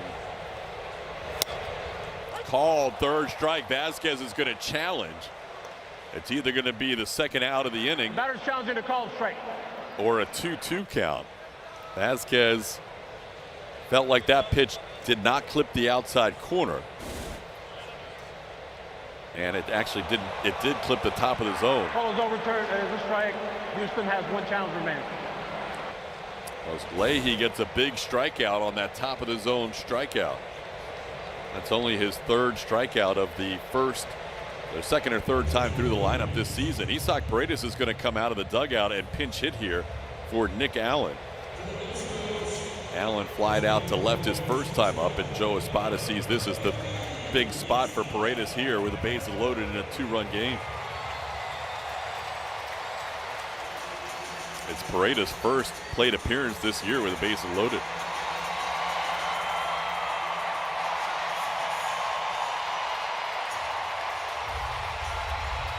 So they will go over the scouting report here. Dusty Blake, the pitching coach, out to talk to Kyle Leahy. It's a big moment in this game, and just the bottom of the 4th, and Joe Espada going to the bench, pinch hitting for Nick Allen. It appears that Peter Lambert will remain in the game in the 5th. There has been no action in the Astros bullpen here in the bottom of the 4th. Lambert's already thrown more pitches tonight than he had in any outing at Sugarland this year. This is the first pinch hit appearance for Paredes this year as he hits here in the 4th with the bases loaded.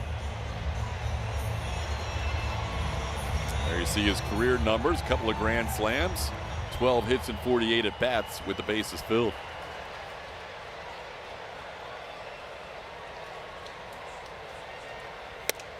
First pitch strike, 0-1.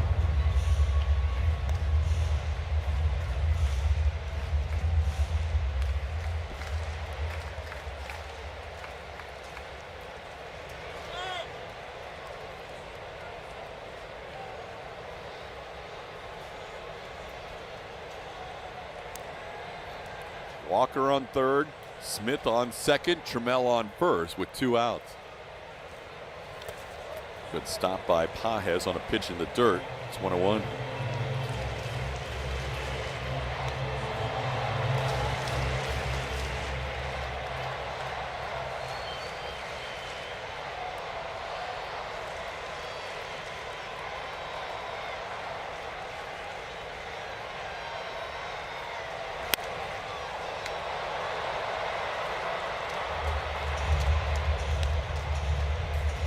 Pretty good fastball to hit it out over the plate, just elevated a little bit for Isaac.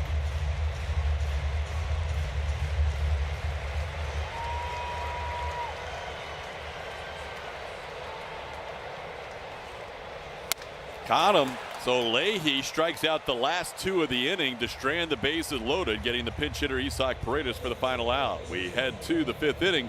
Astros down 4-2.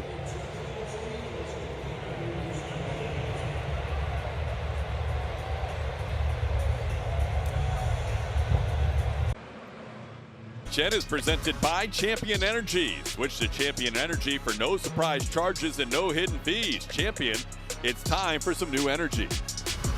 By Dr. Michael Kaplan and his team at Kaplan Sinus Relief. Call today for life-changing sinus relief. And by your local Toyota dealers. Toyota, let's go places. Peter Lambert out for his 5th inning of work, as he gets a wave and a miss from Jordan Walker. As the inning starts, Steven Okert begins to warm up for the Astros. Cardinals lineup goes righty, lefty all the way through. So after Walker, there'll be 2 out of 3 lefties, or 3 out of 5 lefties, depending on how you look at it. This ball hit hard but foul. It's 0-2. Lambert has struck out 6 today in 4 innings. He is trying to retire the leadoff hitter for the first time tonight. Isaac Paredes, who pinch hit for Nick Allen, stays in the game, and Correa moves from 3rd to short, with Isaac taking over at the hot corner.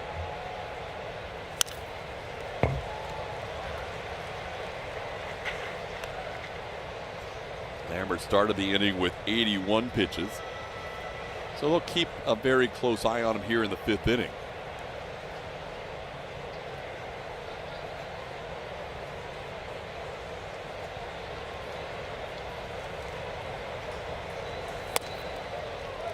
It's wide, 1-2. 7 hits allowed so far through 4. There's also been a walk and a couple of hit by pitches.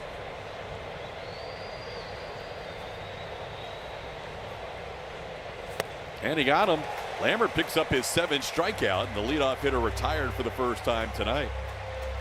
Saw a lot of changeups to left-handed hitters in this game. He threw a changeup right here to Jordan Walker and got the big man to swing over the top and chase down out of the zone. So now Lambert will face Nolan Gorman. With a righty due up next, you would think he's got at least this hitter and the next hitter, and Okert may be in there for Nathan Church. This ball strike, 0-1. Gorman has struck out twice and seen a ton of changeups.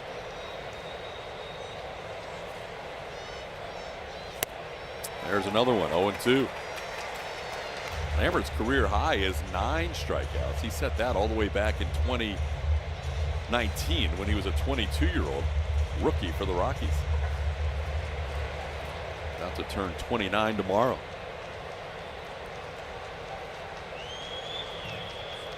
Struck out 9 Cubs at Wrigley on June 6th of 19. He's up to 8 tonight as he kept that changeup going against Gorman. 3-pitch strikeout for his 8th punch out this evening. If it ain't broke, don't fix it. Feeling pretty good about that changeup in this at bat. Just continue to go to it. And Gorman couldn't lay off. Now struck out the last 3 batters as he faces Mason Wynn here.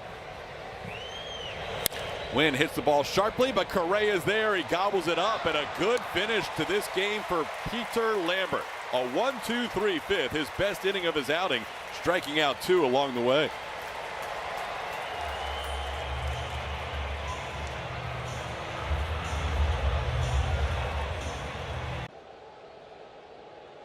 Coming to the plate.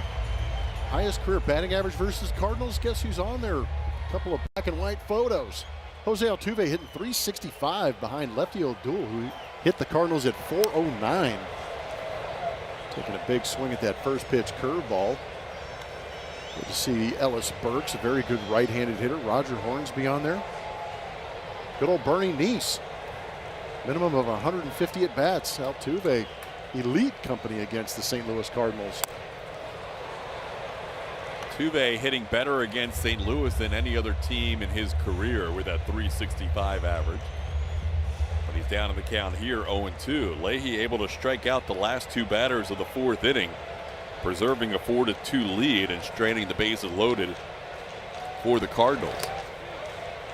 Crazy part about that is in the first 39 at-bats against Leahy this year, second or third time through the lineup, he only had 2 strikeouts in those 39 at-bats, but then he struck out Vasquez and Paredes back-to-back in the 40th and 41st at-bats of the year.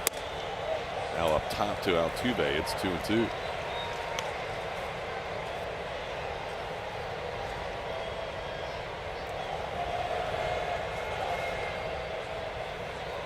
Top of the order, Altuve, Yordan Alvarez, and Carlos Correa. Altuve skies one deep to left field. Forget about it. Jose Altuve hits the Astros' 3rd home run of the night, his 3rd of the year. And it's now a 1-run game again at 4-3. That was a bomb. Jose Altuve getting into one. Got a hanging sweeper. And padded those numbers we just showed you against the St. Louis Cardinals. Little man getting on the action. Altuve gets to wear the home run hat for the first time. Oh, look at this thing hanging up on a tee, and Altuve gets the head out beautifully on it. 384 feet. Great extension. Yordan hits one to center on a line, but putting it away is Victor Scott the second. Yordan retired for the first out. Take another peek at that home run by Jose Altuve. He got that foot down and recognized early that that was a pitch he could unload on.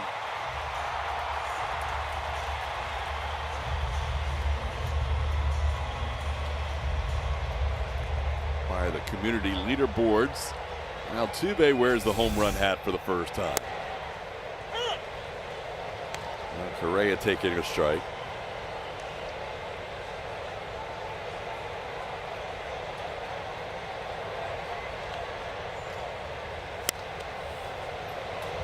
Leahy had only allowed 1 home run prior to tonight, but 3 home runs allowed, accounting for all the Astros scoring.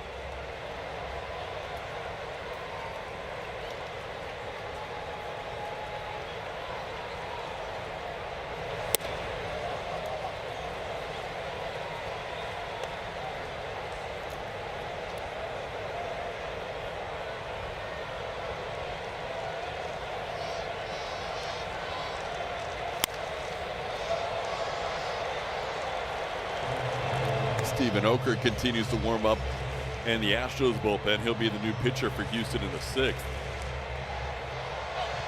The way that outing ended for Peter Lambert, he'll feel a lot better having gone out for that 5th inning. Ended up being a 9-pitch inning with 2 strikeouts. He went out there with purpose and executed wonderfully. Off the hands of Carlos, and Burleson will take it himself for the 2nd out.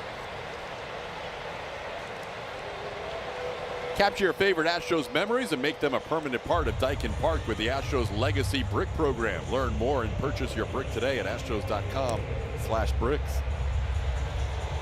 Lambert ended his outing by throwing a first pitch strike to the last 11 hitters he faced. It's a good way to take control of the at-bats. Explains the efficient inning. Walker goes after a first pitch slider here. It's 0-1. 5 hits tonight for the Astros, 3 home runs and 2 singles, all solo shots.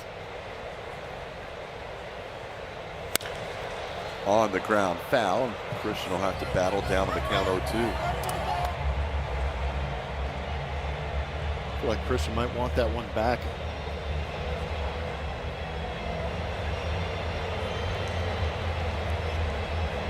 Walks have not come into play tonight for Leahy. He came into this game with 8 walks and only 7 strikeouts. Tonight he has no walks and has struck out 5.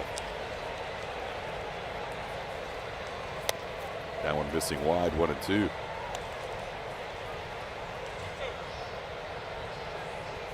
Leahy might be approaching the end of his pitch count leash. He is a guy who's been in the 70s twice this year. This one cued, and it's going to stay fair with all that English as Walker grounds one to first base for the final out of the inning. But the Astros get one back. It's a 1-run game. They got it off Cardinal crusher Jose Altuve, a hanging sweeper. The head got out and he unloaded. His turn in the hat.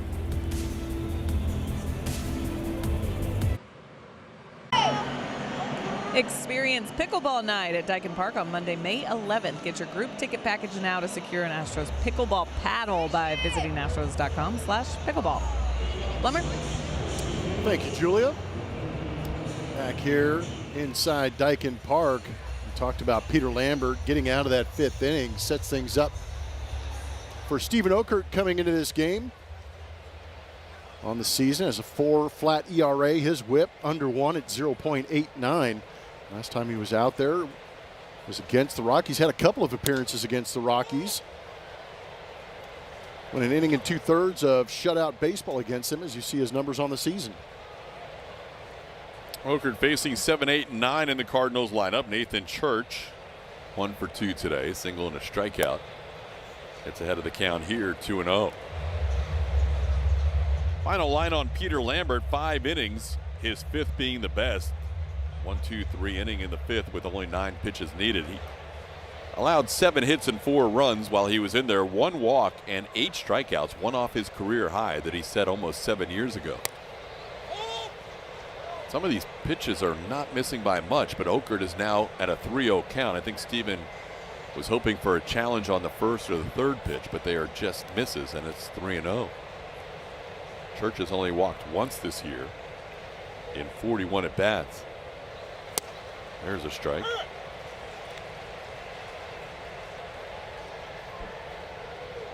Cardinals get their bullpen going. It'll be the lefty Justin Brule warming up in the St. Louis bullpen. Now the count's full on Church.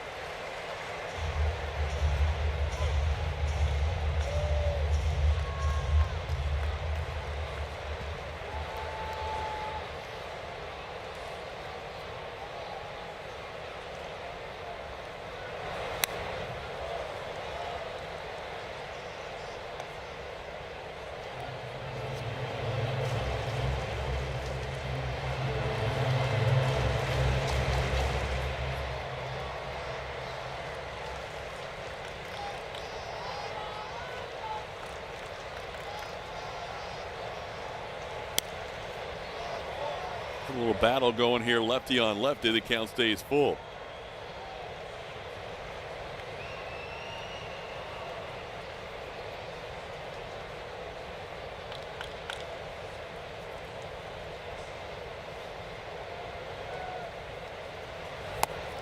Close take, but ball 4. So Church draws his 2nd walk of the season.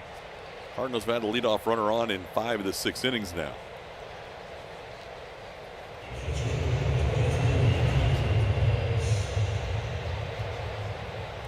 Pedro Pajes, who doubled and scored a run in the 4th.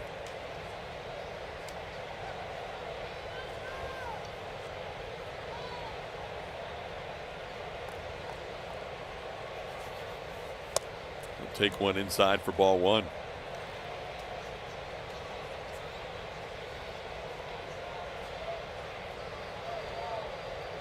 Okert has faced the Cardinals more often than any other pitcher on the Astros roster, his 14th career appearance against St. Louis.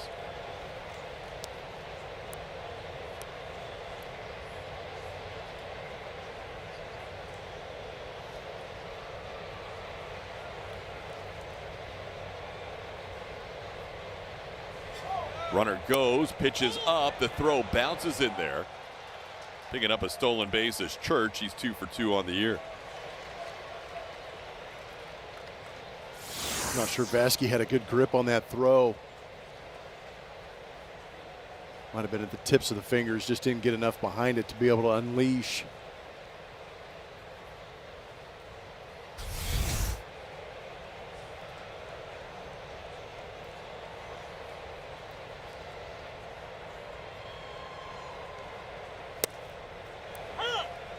Slider finds the strike zone, 2-1.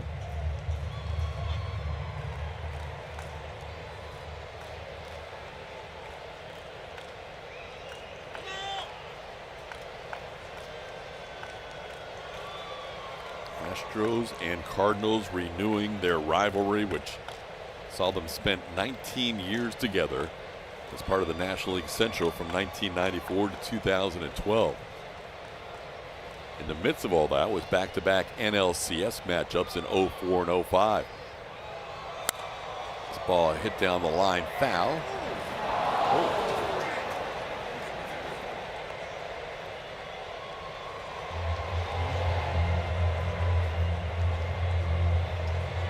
Cardinals winning the 04 NLCS, and the Astros taking the 05 NLCS.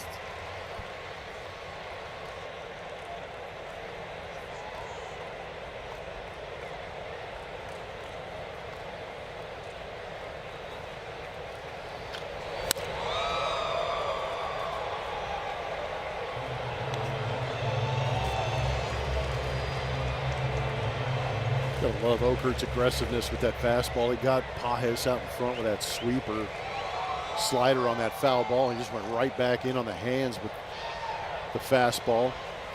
Did it again.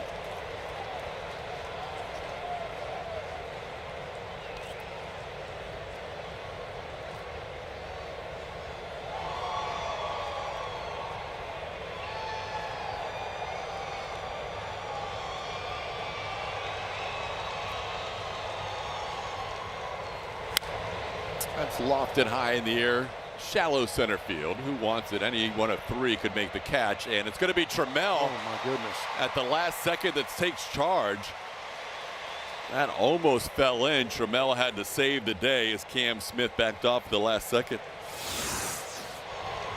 Now this one almost in straightaway center field as you see Taylor Trammell coming in, converging is Altuve. It looked like he started to call it, and eventually Trammell, the wave of the arms should call off the outfielders, but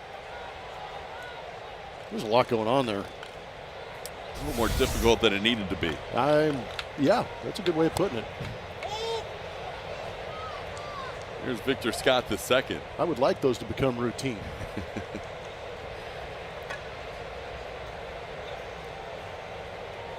Scott the second is grounded out and struck out.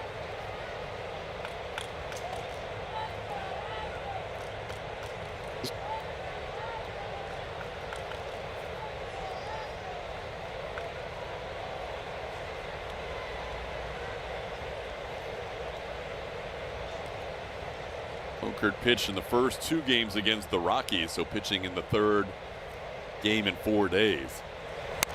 And Scott bunts it right on the plate.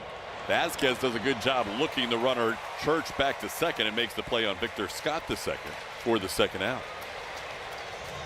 How about some Astros trivia powered by Reliant? In the 2005 NLCS Game 6 clincher versus St. Louis, who hit the Astros home run in that game? TK was just talking about this rivalry and matchup clashing in the 04-05 postseason. But who hit that home run in 05, Game 6 of the NLCS?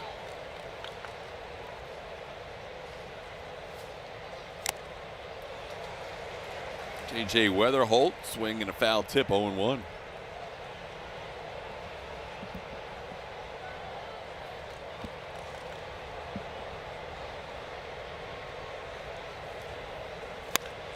Sends this one high in the air, pretty deep to right field, but Cam Smith eases onto the warning track to put it away for the final out of the inning.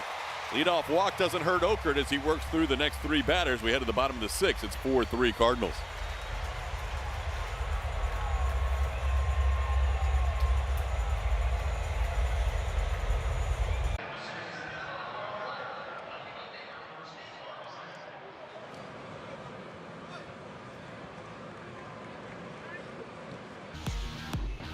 Back to the 04 NLCS against St. Louis. Carlos Beltran had a prolific playoff. But how about what he did in that championship series? 10 for 24, good for a .417 batting average. His OPS was up over 1,500.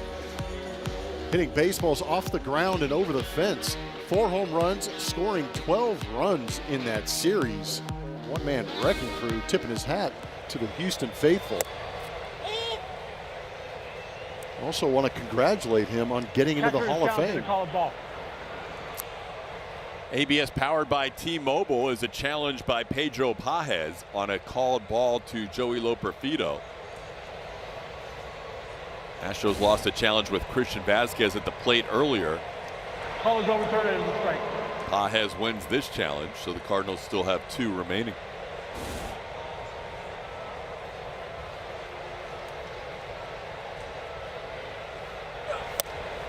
Lopafito takes one in. It's 1-1. It's the 11th appearance for Brule. 8 ERA. First time facing the Astros in his career. He's pitched in the big league since he was 24 years old with the Dodgers back in the 21 season. Total of 104 relief appearances, all of them coming in the National League, with the exception of his 1 year in Toronto last year where he pitched in 15 games. That one fouled away, 2-2. These two might have crossed paths last year, Lopafito and Brule. Yeah, teammates with the Blue Jays.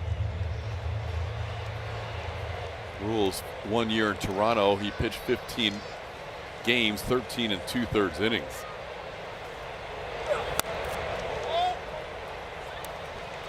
Gave up a 1.90 whip last season with 19 hits and 7 walks in those 13 2/3. This year, 8 hits and 8 walks in 9 innings of work.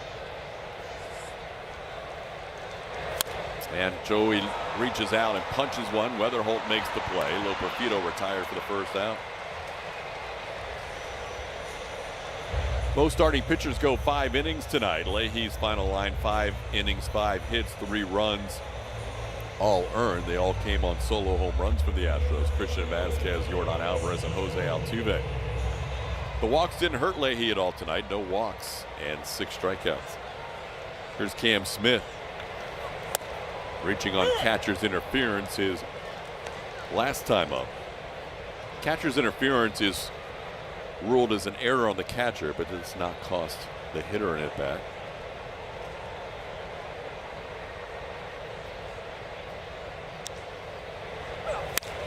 Cam sends one to center, coming on Victor Scott II to make a running catch. That's out number 2. Let's figure out the answer to that trivia question, powered by Reliant. 05 NLCS Game 6 clincher against these Cardinals. Who hit that Astros home run? Astros trivia powered by Reliant. Jason Lane. Big home run from Jay Lane.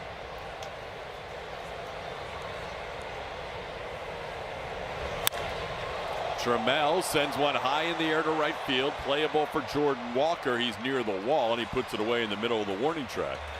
So Brule comes in and gets a quick 1-2-3-6. We're going to head to the 7th. Brian Abreu had been warming for the Astros and looks like he's coming in.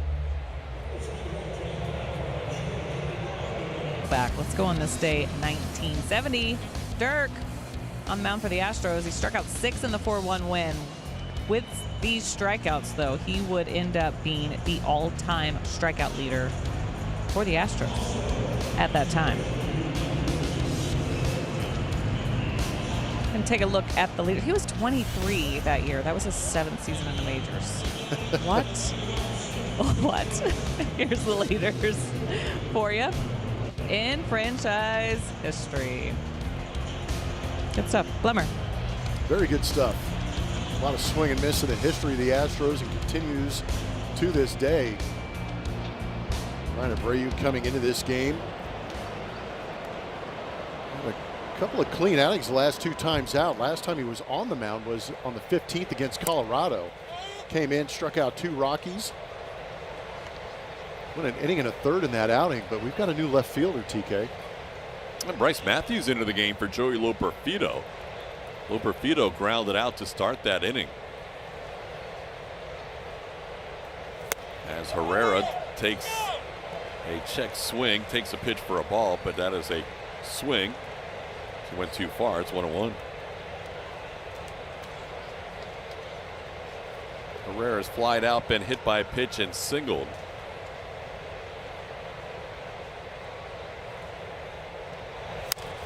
Ball popped in the air into shallow right. Coming on, Cam Smith has time to get there. That's the first out of the inning.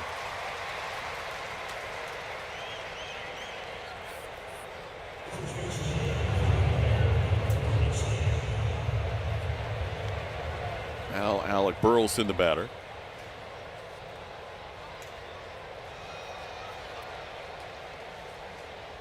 Burleson has singled and walked. He's also struck out tonight. This ball hit pretty well in the left field. Bryce Matthews will watch this go into the corner, and he'll play it over his head, but stays with it and gets the ball back in. That ball could have been a home run if it sliced a little further. Instead, it got into that little nook and cranny by the Bank of America sign for a double. Yeah, it looked like it was trying to twist into that section off the bat of Burleson, who stayed on that, hit that ball hard, but hitting high up off the wall.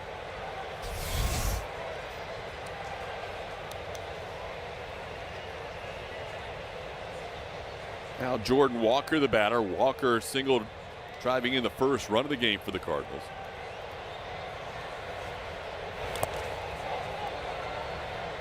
Pitch is down, 1-0.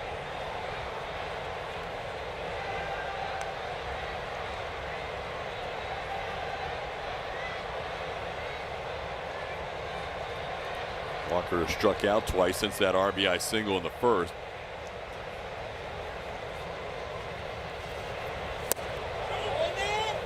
Close pitch, check swing, it's 2-0.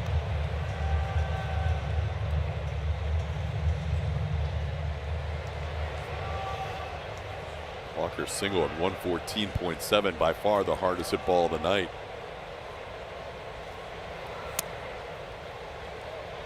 Astros last night in their loss to the Rockies only had one baseball hit it over 100 miles an hour.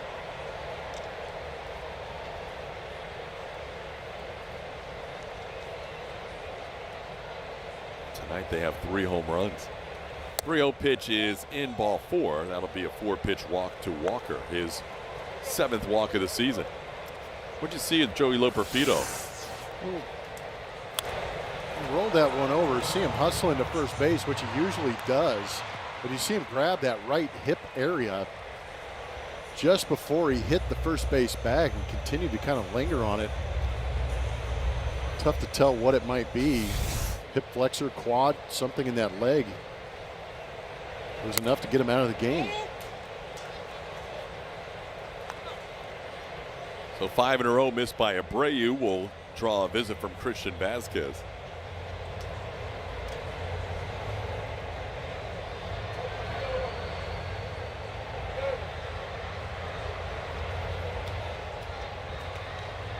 Now a word from Jack in the Box. Get my new Smash Jack Sliders Munchie Meal for a chance to win $75,000. Welcome to Jack in the Box.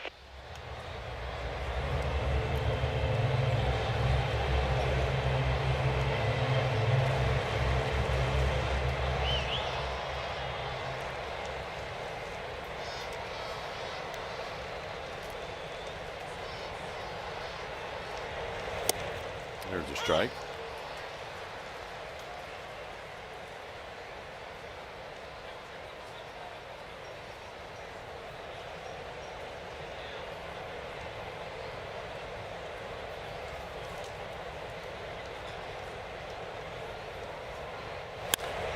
That ball hit high in the air to right field. Cam Smith will go to the wall, and he'll watch that one sail out. Nolan Gorman hits a 3-run home run here. The Cardinals increase their lead from 1 to 4.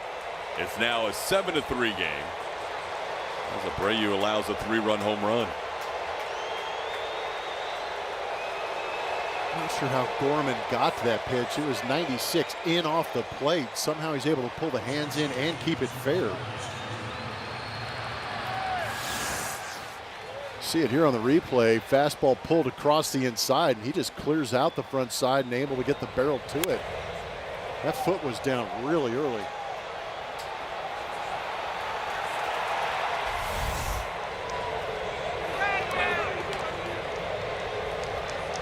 That has been a tough go of it for Brian Abreu this year. Joe Espada trying to find a comfort zone for him. He has not been pitching him in a save situation the last couple of outings.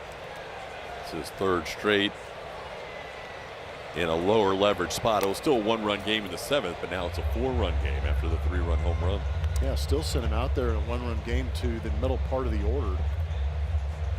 It's kind of hard to explain because we've seen Brian Abreu be so good for so many years. Just a tough start to 26.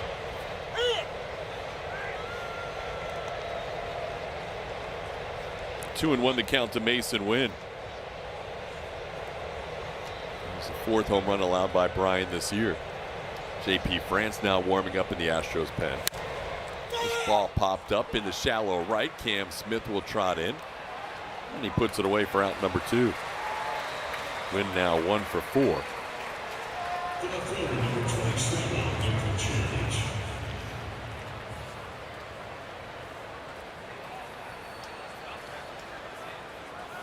The Astros' struggles in the bullpen has been well documented. They came in to tonight struggling in general, but the Bryan Abreu struggles have kind of caught everybody off guard. We were not anticipating anything close to this. He breaks a bat here, and Altuve will hustle in and barehanded to make the play on Church for the final out of the inning. 3-run score, though, and a couple of hits and a walk. It's 7th inning stretch time. The score is the Cardinals 7 and the Astros 3. Time for the 7th inning stretch presented by Texas Mattress Makers.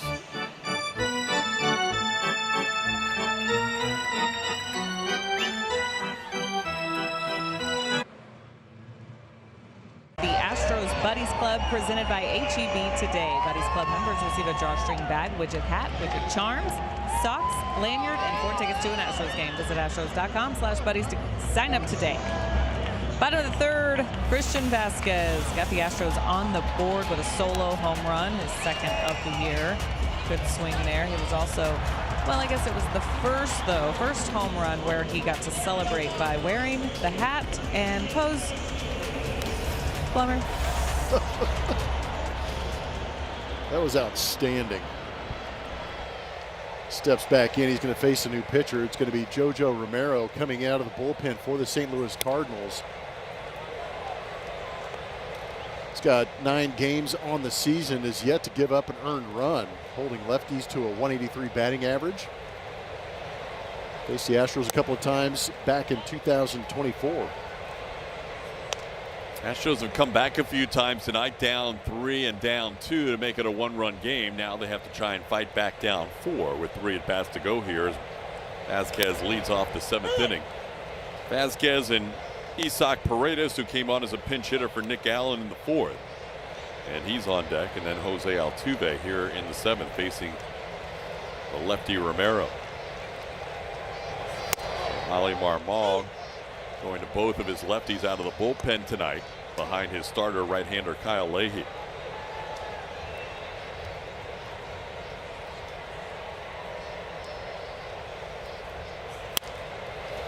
Will pop up, shallow center, trouble, and it drops in for a hit. Christian Vasquez has a 2-for-3 night going as he drops one in between 3 defenders in the middle of the diamond in center field. Yeah, he's living right. That slider sweeper come in, hit off the label, and just kind of forced it into play. But fortunately, he forced it right into that Bermuda Triangle between shortstop, second base, and center fielder. Couldn't have thrown that out there any better. No. Now Isaac Paredes the batter.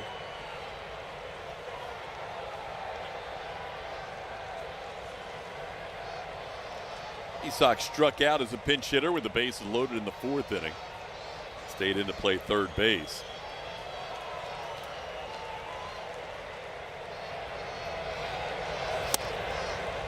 Christian Vasquez with 2 of the Astros' 6 hits tonight. Yordan Alvarez also with 2 hits. They both have a home run.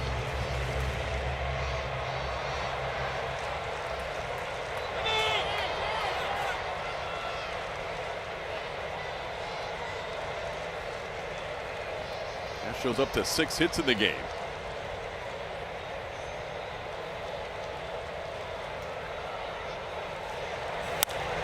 That one's popped up. Foul territory, first base side. Burleson makes the catch. That'll be the first out of the inning.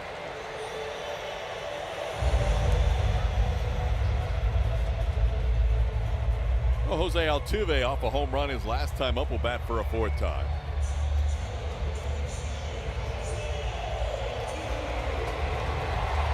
Altuve 1 for 3.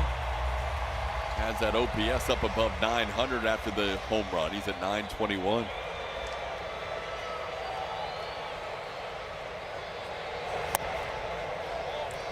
down 1-0.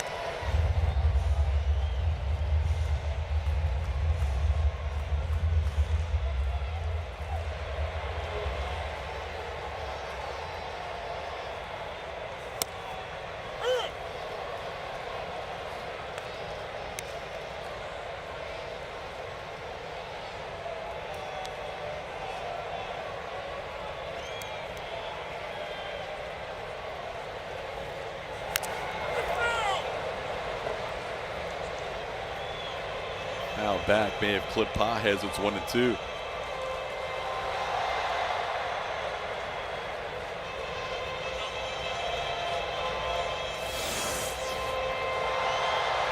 Changeup pulled to the inside.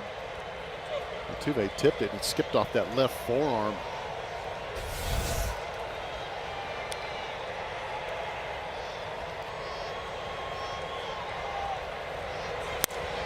Caught by Romero. He stays with it as he juggled it on his way down to the ground. That line drive out off the bat of Altuve will be out number 2. A screamer right back to him. 85 miles an hour off the bat, but still up towards the neck head area of Romero. Showing some pretty good reflexes just to get out of the way and then actually catch it and hold on. Now Jordan facing a lefty for the first time tonight. And he sends one into the air to right center field, cutting across Scott, and he is colliding with Walker. And the catch is made by Jordan Walker as the two outfielders collide to end the inning. Yeah, collision out there in right field, but the only collision was Victor Scott hitting a brick wall.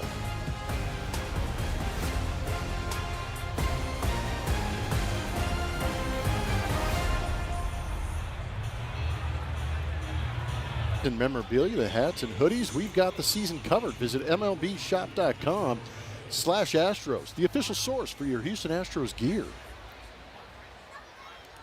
New pitcher into this game coming out of the Astros bullpen is going to be J.P. France. He's going to face the 8-9-1 hitters. Been a minute since we've seen J.P. First time on this homestand. Last time he was out there was in Seattle through 2 innings of shutout baseball.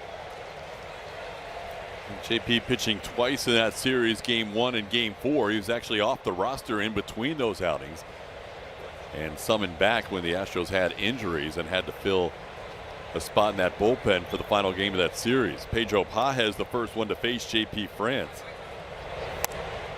France delivers a strike and gets ahead of the Cardinal catcher 0-2.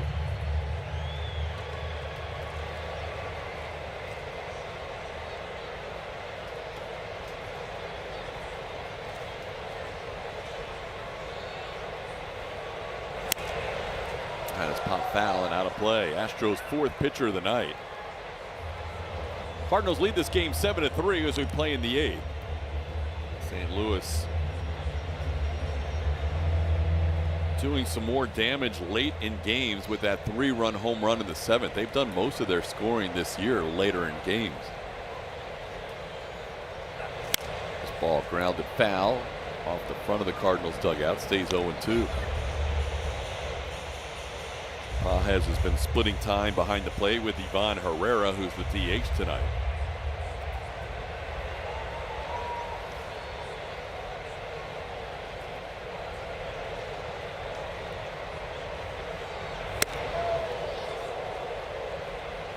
Pitch up and in, 1-2.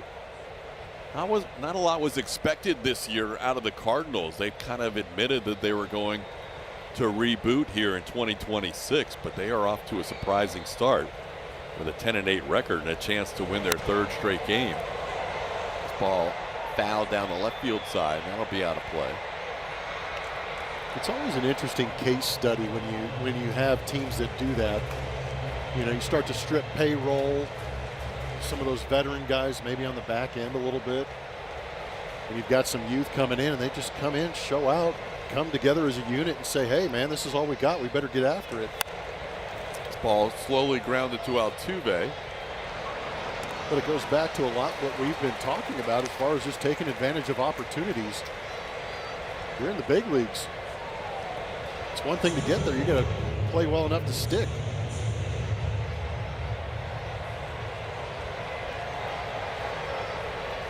Chaim Bloom, who's now the president of baseball operations for the Cardinals, basically told his fan base, which isn't used to resets.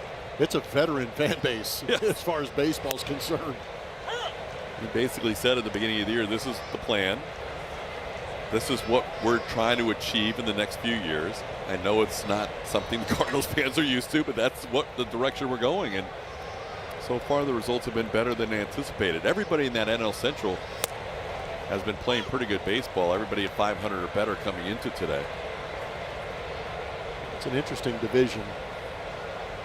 I feel like that's the one division other than the Chicago Cubs that really don't have the payrolls to go out there and just buy championships in the Central.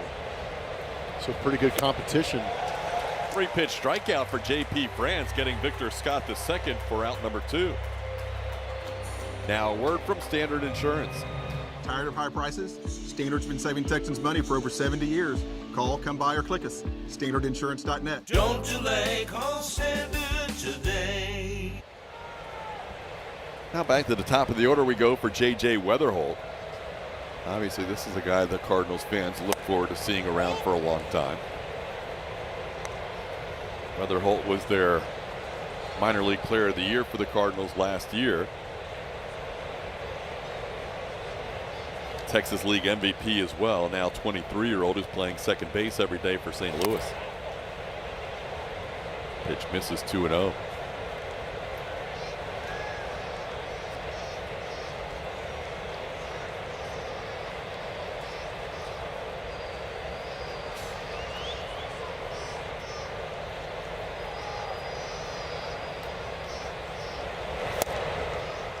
Just like we've talked about with the starting rotation, giving some guys some opportunities and a runway to make an impression on this team. Same thing for J.P. France, who's been with the Astros now a number of years and has had to battle injuries more recently, but he's got an opportunity to establish himself.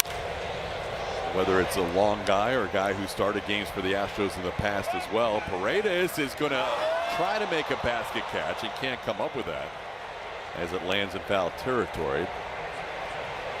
There'll be no play. There'll be a 2-2 count on Weatherholt. Long way to run. Sometimes you get a little too far past it, came back on. France started 28 games of 29 appearances his first 2 years with the Astros, and then last year a couple of relief appearances. JP missing almost the entire year last year, recovering from right shoulder surgery. Just got in those 2 games towards the end of the year. So now a new opportunity for him in 2026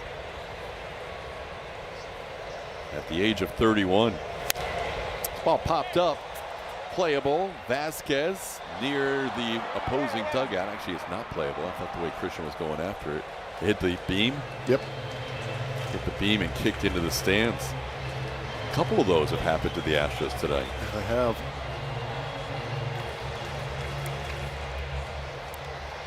So a pop up down the left field line that Paredes couldn't come up with, and now Weatherholt pops one behind the plate that would have been an out had it not hit the roof. Well, JJ, fortunately, he hasn't popped up twice in this at bat, and instead he draws a walk. 2-out base runner for the Cardinals in the 8th.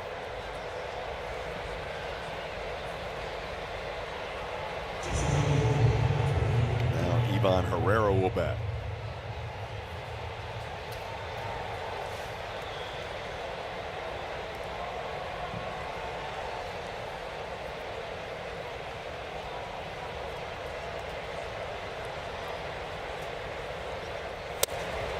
Weatherholt started, stopped, and was in no man's land when that pitch was thrown. It's 0-1.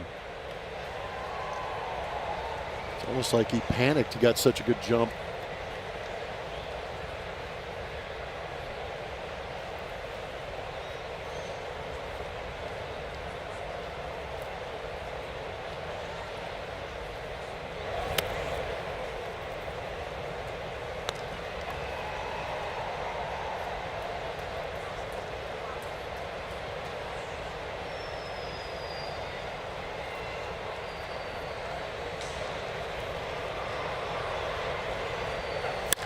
That ball hammered to left, and that will be a 2-run home run off the back wall of the Crawford boxes. So those pop-ups that the Astros weren't able to turn into the final out of the inning end up coming back to bite them. It's now a 9-3 Cardinals lead. Herrera's second home run of the year.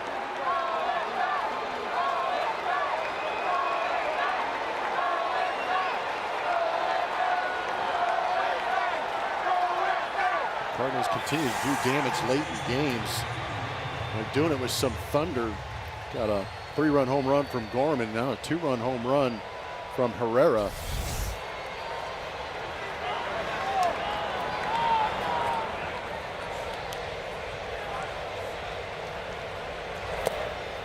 Pitch down to Alec Burleson. It's 1-0.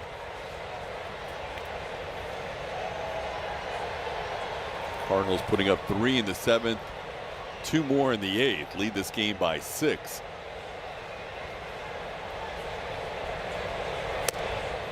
There's a strike. It's 1-1.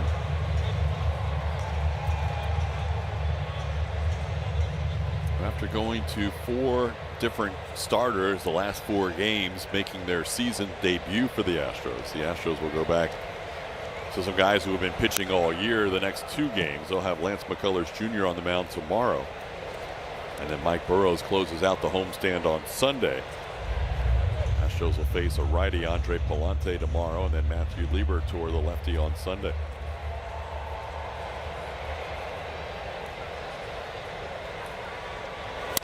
On the ground, right back to J.P. France. He will underhand it to first for the final out of the inning. But a 2-run home run by Ivan Herrera has made this a 9-3 game as we head to the bottom of the 8th.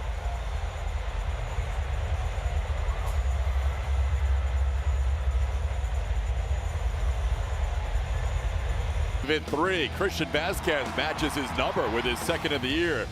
And he displays the home run cowboy hat.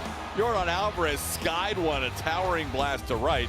And he wears the hat for the 2nd time. And then Altuve hit one to the back wall of the Crawford boxes by the community leaderboards, and he dons a home run cowboy hat for the first time. 3 home runs, accounting for all 3 of the Astros runs tonight. Familiar face taking over for the Cardinals here in the 8th. Yeah, old friend Ryan Stanek had some great numbers. Coming out of the Astros bullpen now, getting to do it with the St. Louis Cardinals. He's pitched in 8 games this season.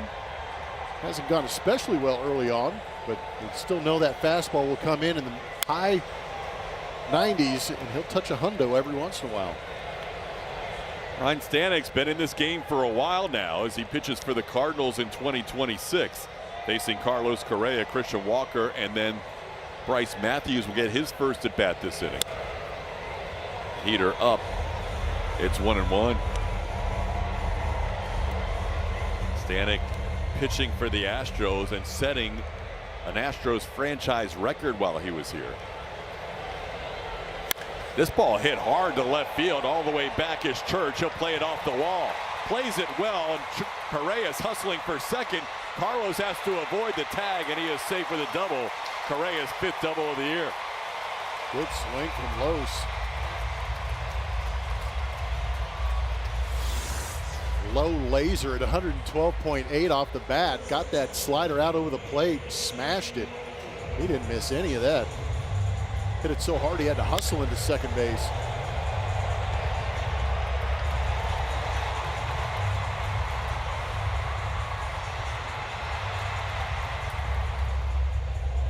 Played pretty well by Church. The throw just a little bit wide. Now Christian Walker, the batter.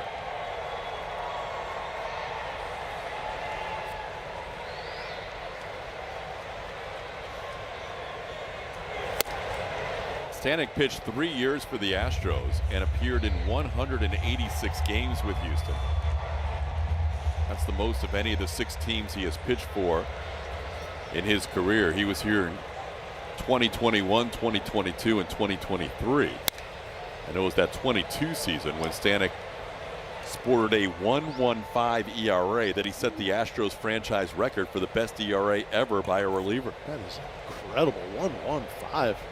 59 games, 7 earned runs in 54 2/3. Some Bob Gibson numbers. Woo. And you always hear the baseball adage, you can never have enough pitching, but I contend that the closest team I've ever seen that had enough pitching was a 22 Astros, because Stanek, who set the record with that ERA, barely got into games in the postseason. He pitched in the postseason, but he wasn't a regularly featured reliever as Walker goes down on strikes for the first out. Yeah, the situation really didn't arise where you were able to go to him. Yeah, when you got a 1-1-5 just kind of hanging out in the bullpen, that's a pretty stacked staff. Ryan pitched once against Seattle that year, once against the Yankees in their 2 sweeps of the DS and CS, and then twice in the World Series. So only 4 appearances out of the pen in the postseason of 2022, despite setting a franchise record in ERA. Here's Bryce Matthews getting his first at bat. I've not seen an update on Joey Loperfido, so we'll hope to get one in the post-game show, as Loperfido left the game after grounding out his last time up. Now Bryce down to the count 0-2.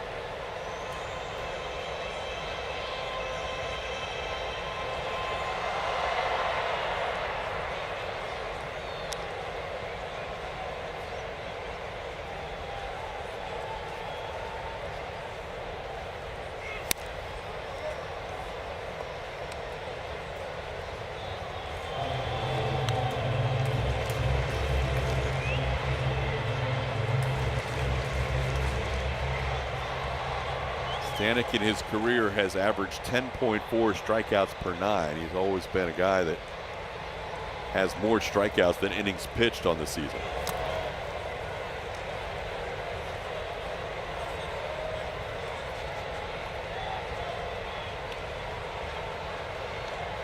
We mentioned the Cardinals aren't really filled with a lot of strikeout type pitchers. They had 6 tonight from their starter Kyle Leahy, and now Stanek picking up the 7th in the 8th inning. And back-to-back strikeouts for Ryan as he gets Bryce Matthews looking. 2 away in the 8th. Great news, Astros fans. SCHN Plus, the new streaming app from Space City Home Network, is now on Google TV. Watching your favorite team has never been easier. Head to SCHNplus.com to subscribe and download on supported platforms. Now it includes Google TV. There's Cam Smith. Cam takes one down for ball 1.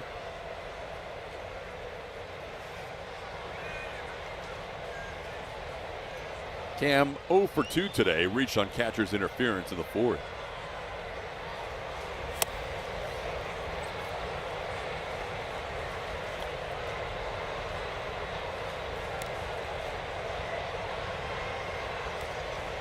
Correa with the Astros' 7th hit tonight. 4 of them have been extra base hits. That was the first double. With that double by Correa, it gives them 51 doubles in their first 21 games. That matches the most in franchise history. They set that mark in 1996, 51 doubles in 21 games. They had by far the most doubles of any team coming into tonight, leading Arizona by 8.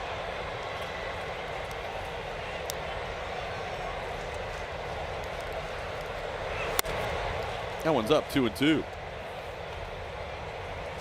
Nobody warming in the Astros pen, so JP France will get another inning of work in the 9th.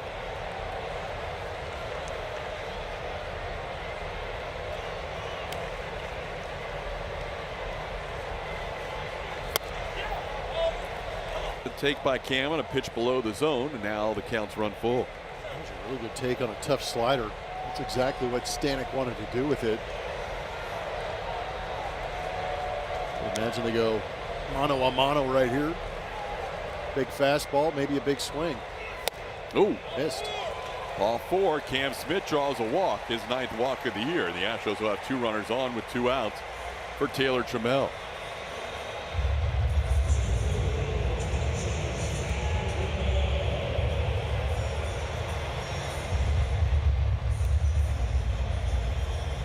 Trammell has a hit tonight in 3 at-bats. Broke his bat and hit one just past the diving J.J. Weatherholt back in the 4th. That's a line drive, base hit into right field. Correa will be sent home. He'll score.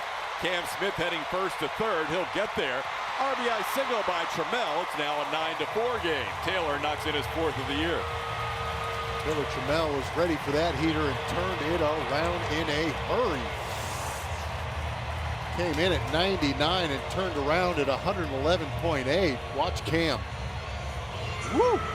Had to dodge that rocket. Carlos scores easy on that bullet to right field.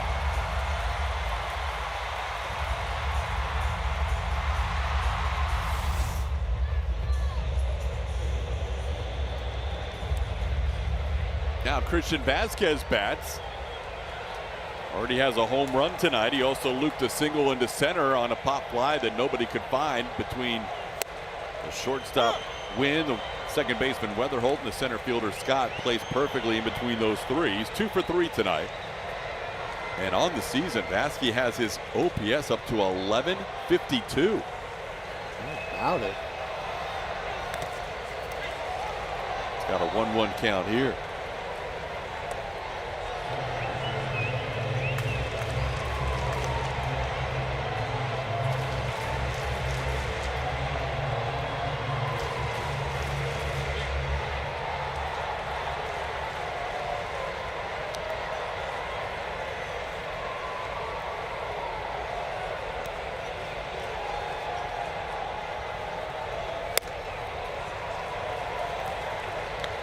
Astros making Stanek throw some pitches.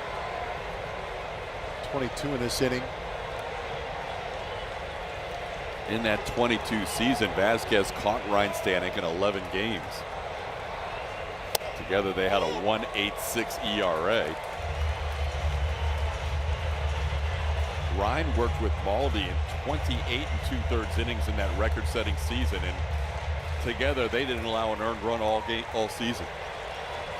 Wow, 28 2/3 scoreless.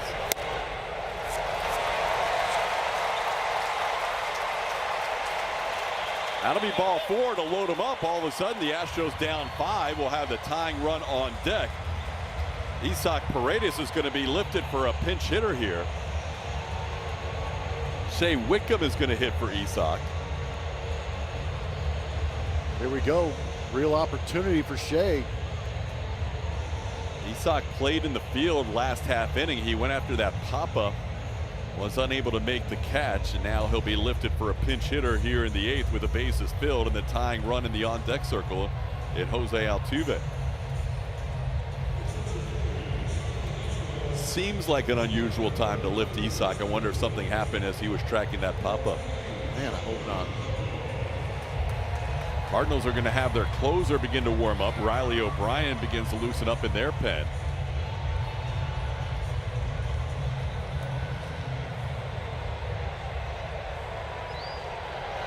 So here's Shea Wickham with the bases filled and 2 outs. That one's wide, 1-0. Shea has 2 at-bats on the year. He's 0 for 2 with a couple of strikeouts. He's also drawn a walk.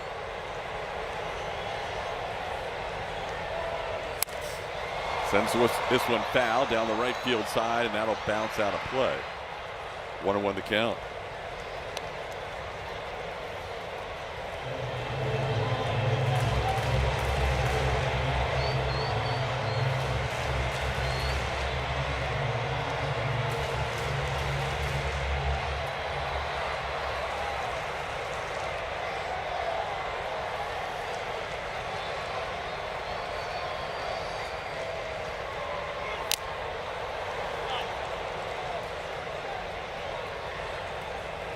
One and 2 the count.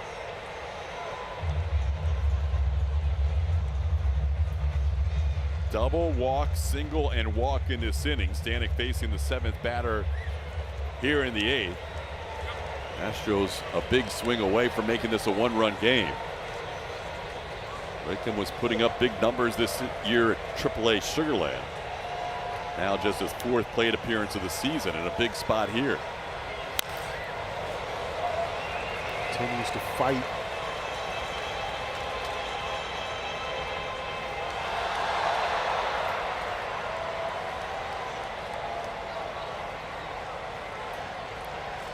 Shea had 8 RBIs in 12 games this year with the Space Cowboys.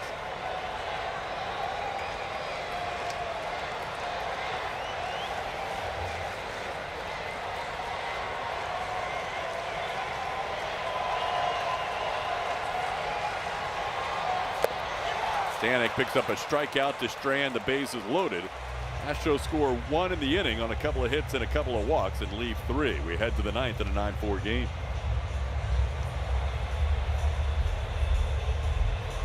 Houston Astros baseball on SCHN is presented by Academy Sports and Outdoors. Fun can't lose. By Standard Insurance. And by Gallery Furniture. Buy your furniture today. Gallery Furniture delivers free tonight.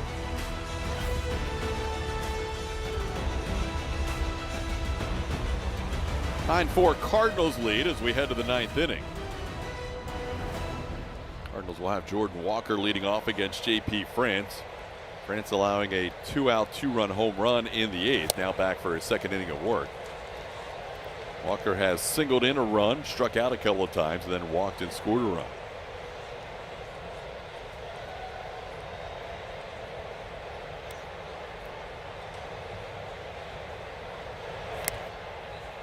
JP is the 4th pitcher of the night for the Astros. Okran and Abreu went an inning each. Stephen had a shutout 6th inning. Ryan gave up a 3-run home run to Nolan Gorman in the 7th. Both those guys behind Peter Lambert, who went 5 innings of 4-run baseball tonight. This ball sharply hit, but Altuve is there. Walker will be retired for the 1st out of the 9th. We mentioned Lambert picked up 8 strikeouts tonight. He also picked up a lot of swings and misses on the heels of Spencer Arrighetti getting 20 swings and misses with 16 on the curveball. Lambert set a new Astros mark tonight with 23 swings and misses. How about it? Kind of flew under the radar because there was some traffic and some run scoring, but 23 swings and misses is tied for the 4th highest total of any major league pitcher this year. 7 on the 4-seam fastball, 9 on the changeup, 4 on the slider, and 1 apiece for the cutters, curveball, and sinker. When you get that much swing and miss, that will probably earn you at least another start here at this level. If the Astros stay in a 5-man rotation, then Lambert would pitch again in Cleveland on the getaway day. If they go to the 6-man rotation, which they have employed this time around, then he would pitch, if it stays in turn, the 1st game against the Yankees back home in the next homestand after a quick 3-game series in Cleveland. You get that kind of swing and miss, you're turning some heads. Gorman with a 2-1 count. Takes a strike. It's 2-2. Gorman didn't like the changeup tonight from. No, he got a lot of them too. Peter Lambert. Struck out swinging 3 times against Lambert.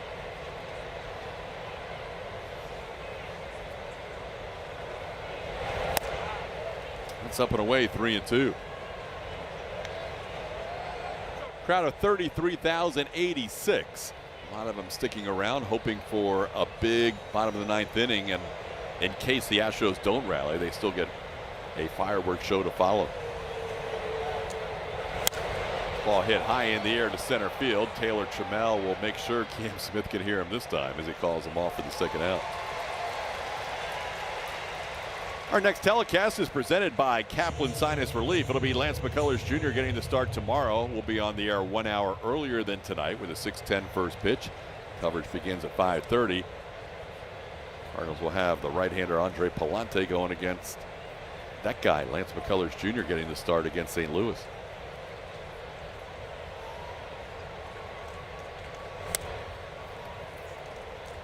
Now Mason Wynn bats for a 5th time. He's 1 for 3. Had a big hit in the 3rd inning.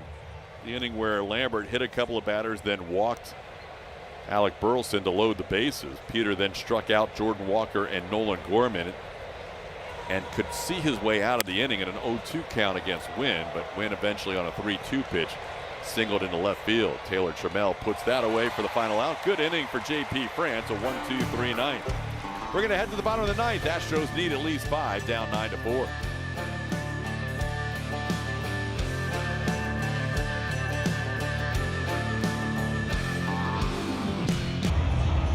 Check out the results of tonight's Chevy Stroh poll. Which MLB slugging star are you most looking forward to seeing Yordan Alvarez match up with? And a lot of people want to see Shohei Ohtani who's not only a slugging star, but he's a pitching star as well. 51% of the vote for Shohei, 29% looking forward to that Yankee series. Thanks for those who voted in tonight's Stroh poll. He is a very exciting player, but then you get Shohei and Jordan in the same field. It makes baseball that much more interesting to watch. Astros going to try and make things interesting here late in this ball game. Bottom of the ninth, they're going to face another reliever out of that bullpen, George Soriano. 8 innings, a 2.25 ERA for him. There's a couple of saves as a Miami Marlin. This will be his 8th game pitched. Slider, 4-seam fastball, 2-seam fastball. Sweeper, changeup. Be right around 96, 97 with his fastball. Altuve bats for the 5th time tonight. Jose has a home run in 4 at-bats so far. Lined one back to Jojo Romero last time up that Romero made a nice play on. Also, when Shohei's in town, the Astros will get to see King Tuck return to Dyken Park.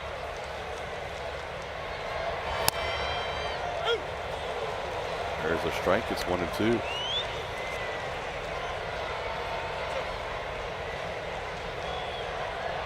Top of the order, Altuve, Yordan Alvarez, and Carlos Correa. Astros down 9-4.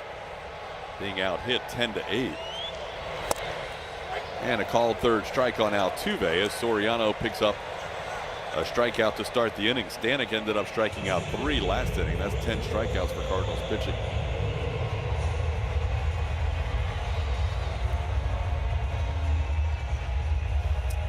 Here's a big man, 2 for 4 tonight. Single and a home run. Also lined out to center and flied out to relatively deep right center.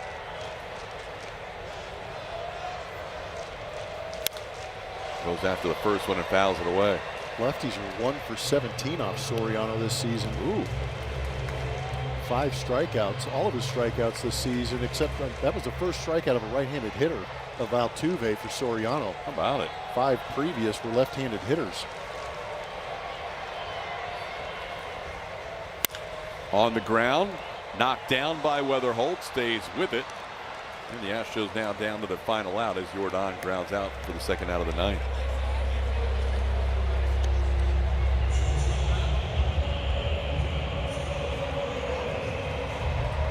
Here's Carlos Correa. Correa hit a double to the wall in left center against Ryan Stanek. 1 for 4 tonight. Takes a pitch up for ball 1. Correa getting his teammate from the 2021 season for his 5th double of the year.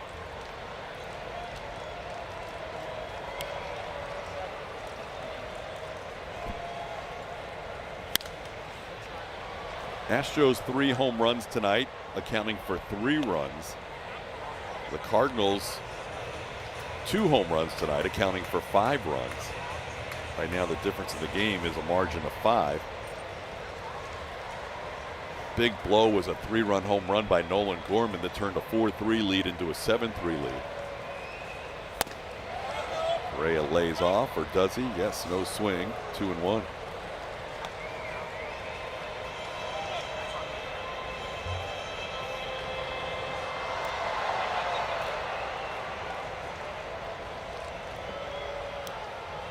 Astros did have, or excuse me, the Cardinals did have their closer warming up in last inning when the Astros brought the tying run to the plate. Riley O'Brien sitting down now with a 5-run lead. Soriano with a 2-2 count with 2 outs on Correa.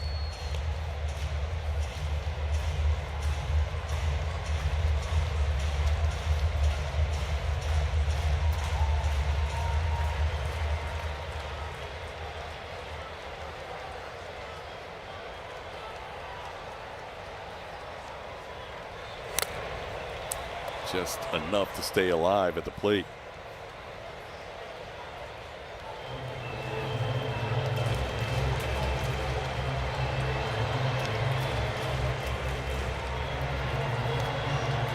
$33,086 tonight. First game in this NL Central rematch.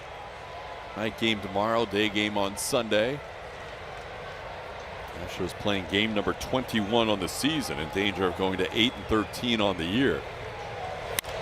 Correa sends one to right field, but not deep enough, as Jordan Walker will move towards the line and put it away for the final out of the inning. Also the ball game as the Cardinals win it 9-4 tonight, taking the first game of this 3-game set. Cardinals have won 3 in a row. They're now a surprising 11-8 on the season. Coming up will be the Astros postgame show presented by Whataburger. Kevin Eschenfelder, Brian Bogusevic will be your host. Julia Morales getting interviews in the Astros clubhouse. All that coming up on the Astros postgame show, and it starts right around the corner.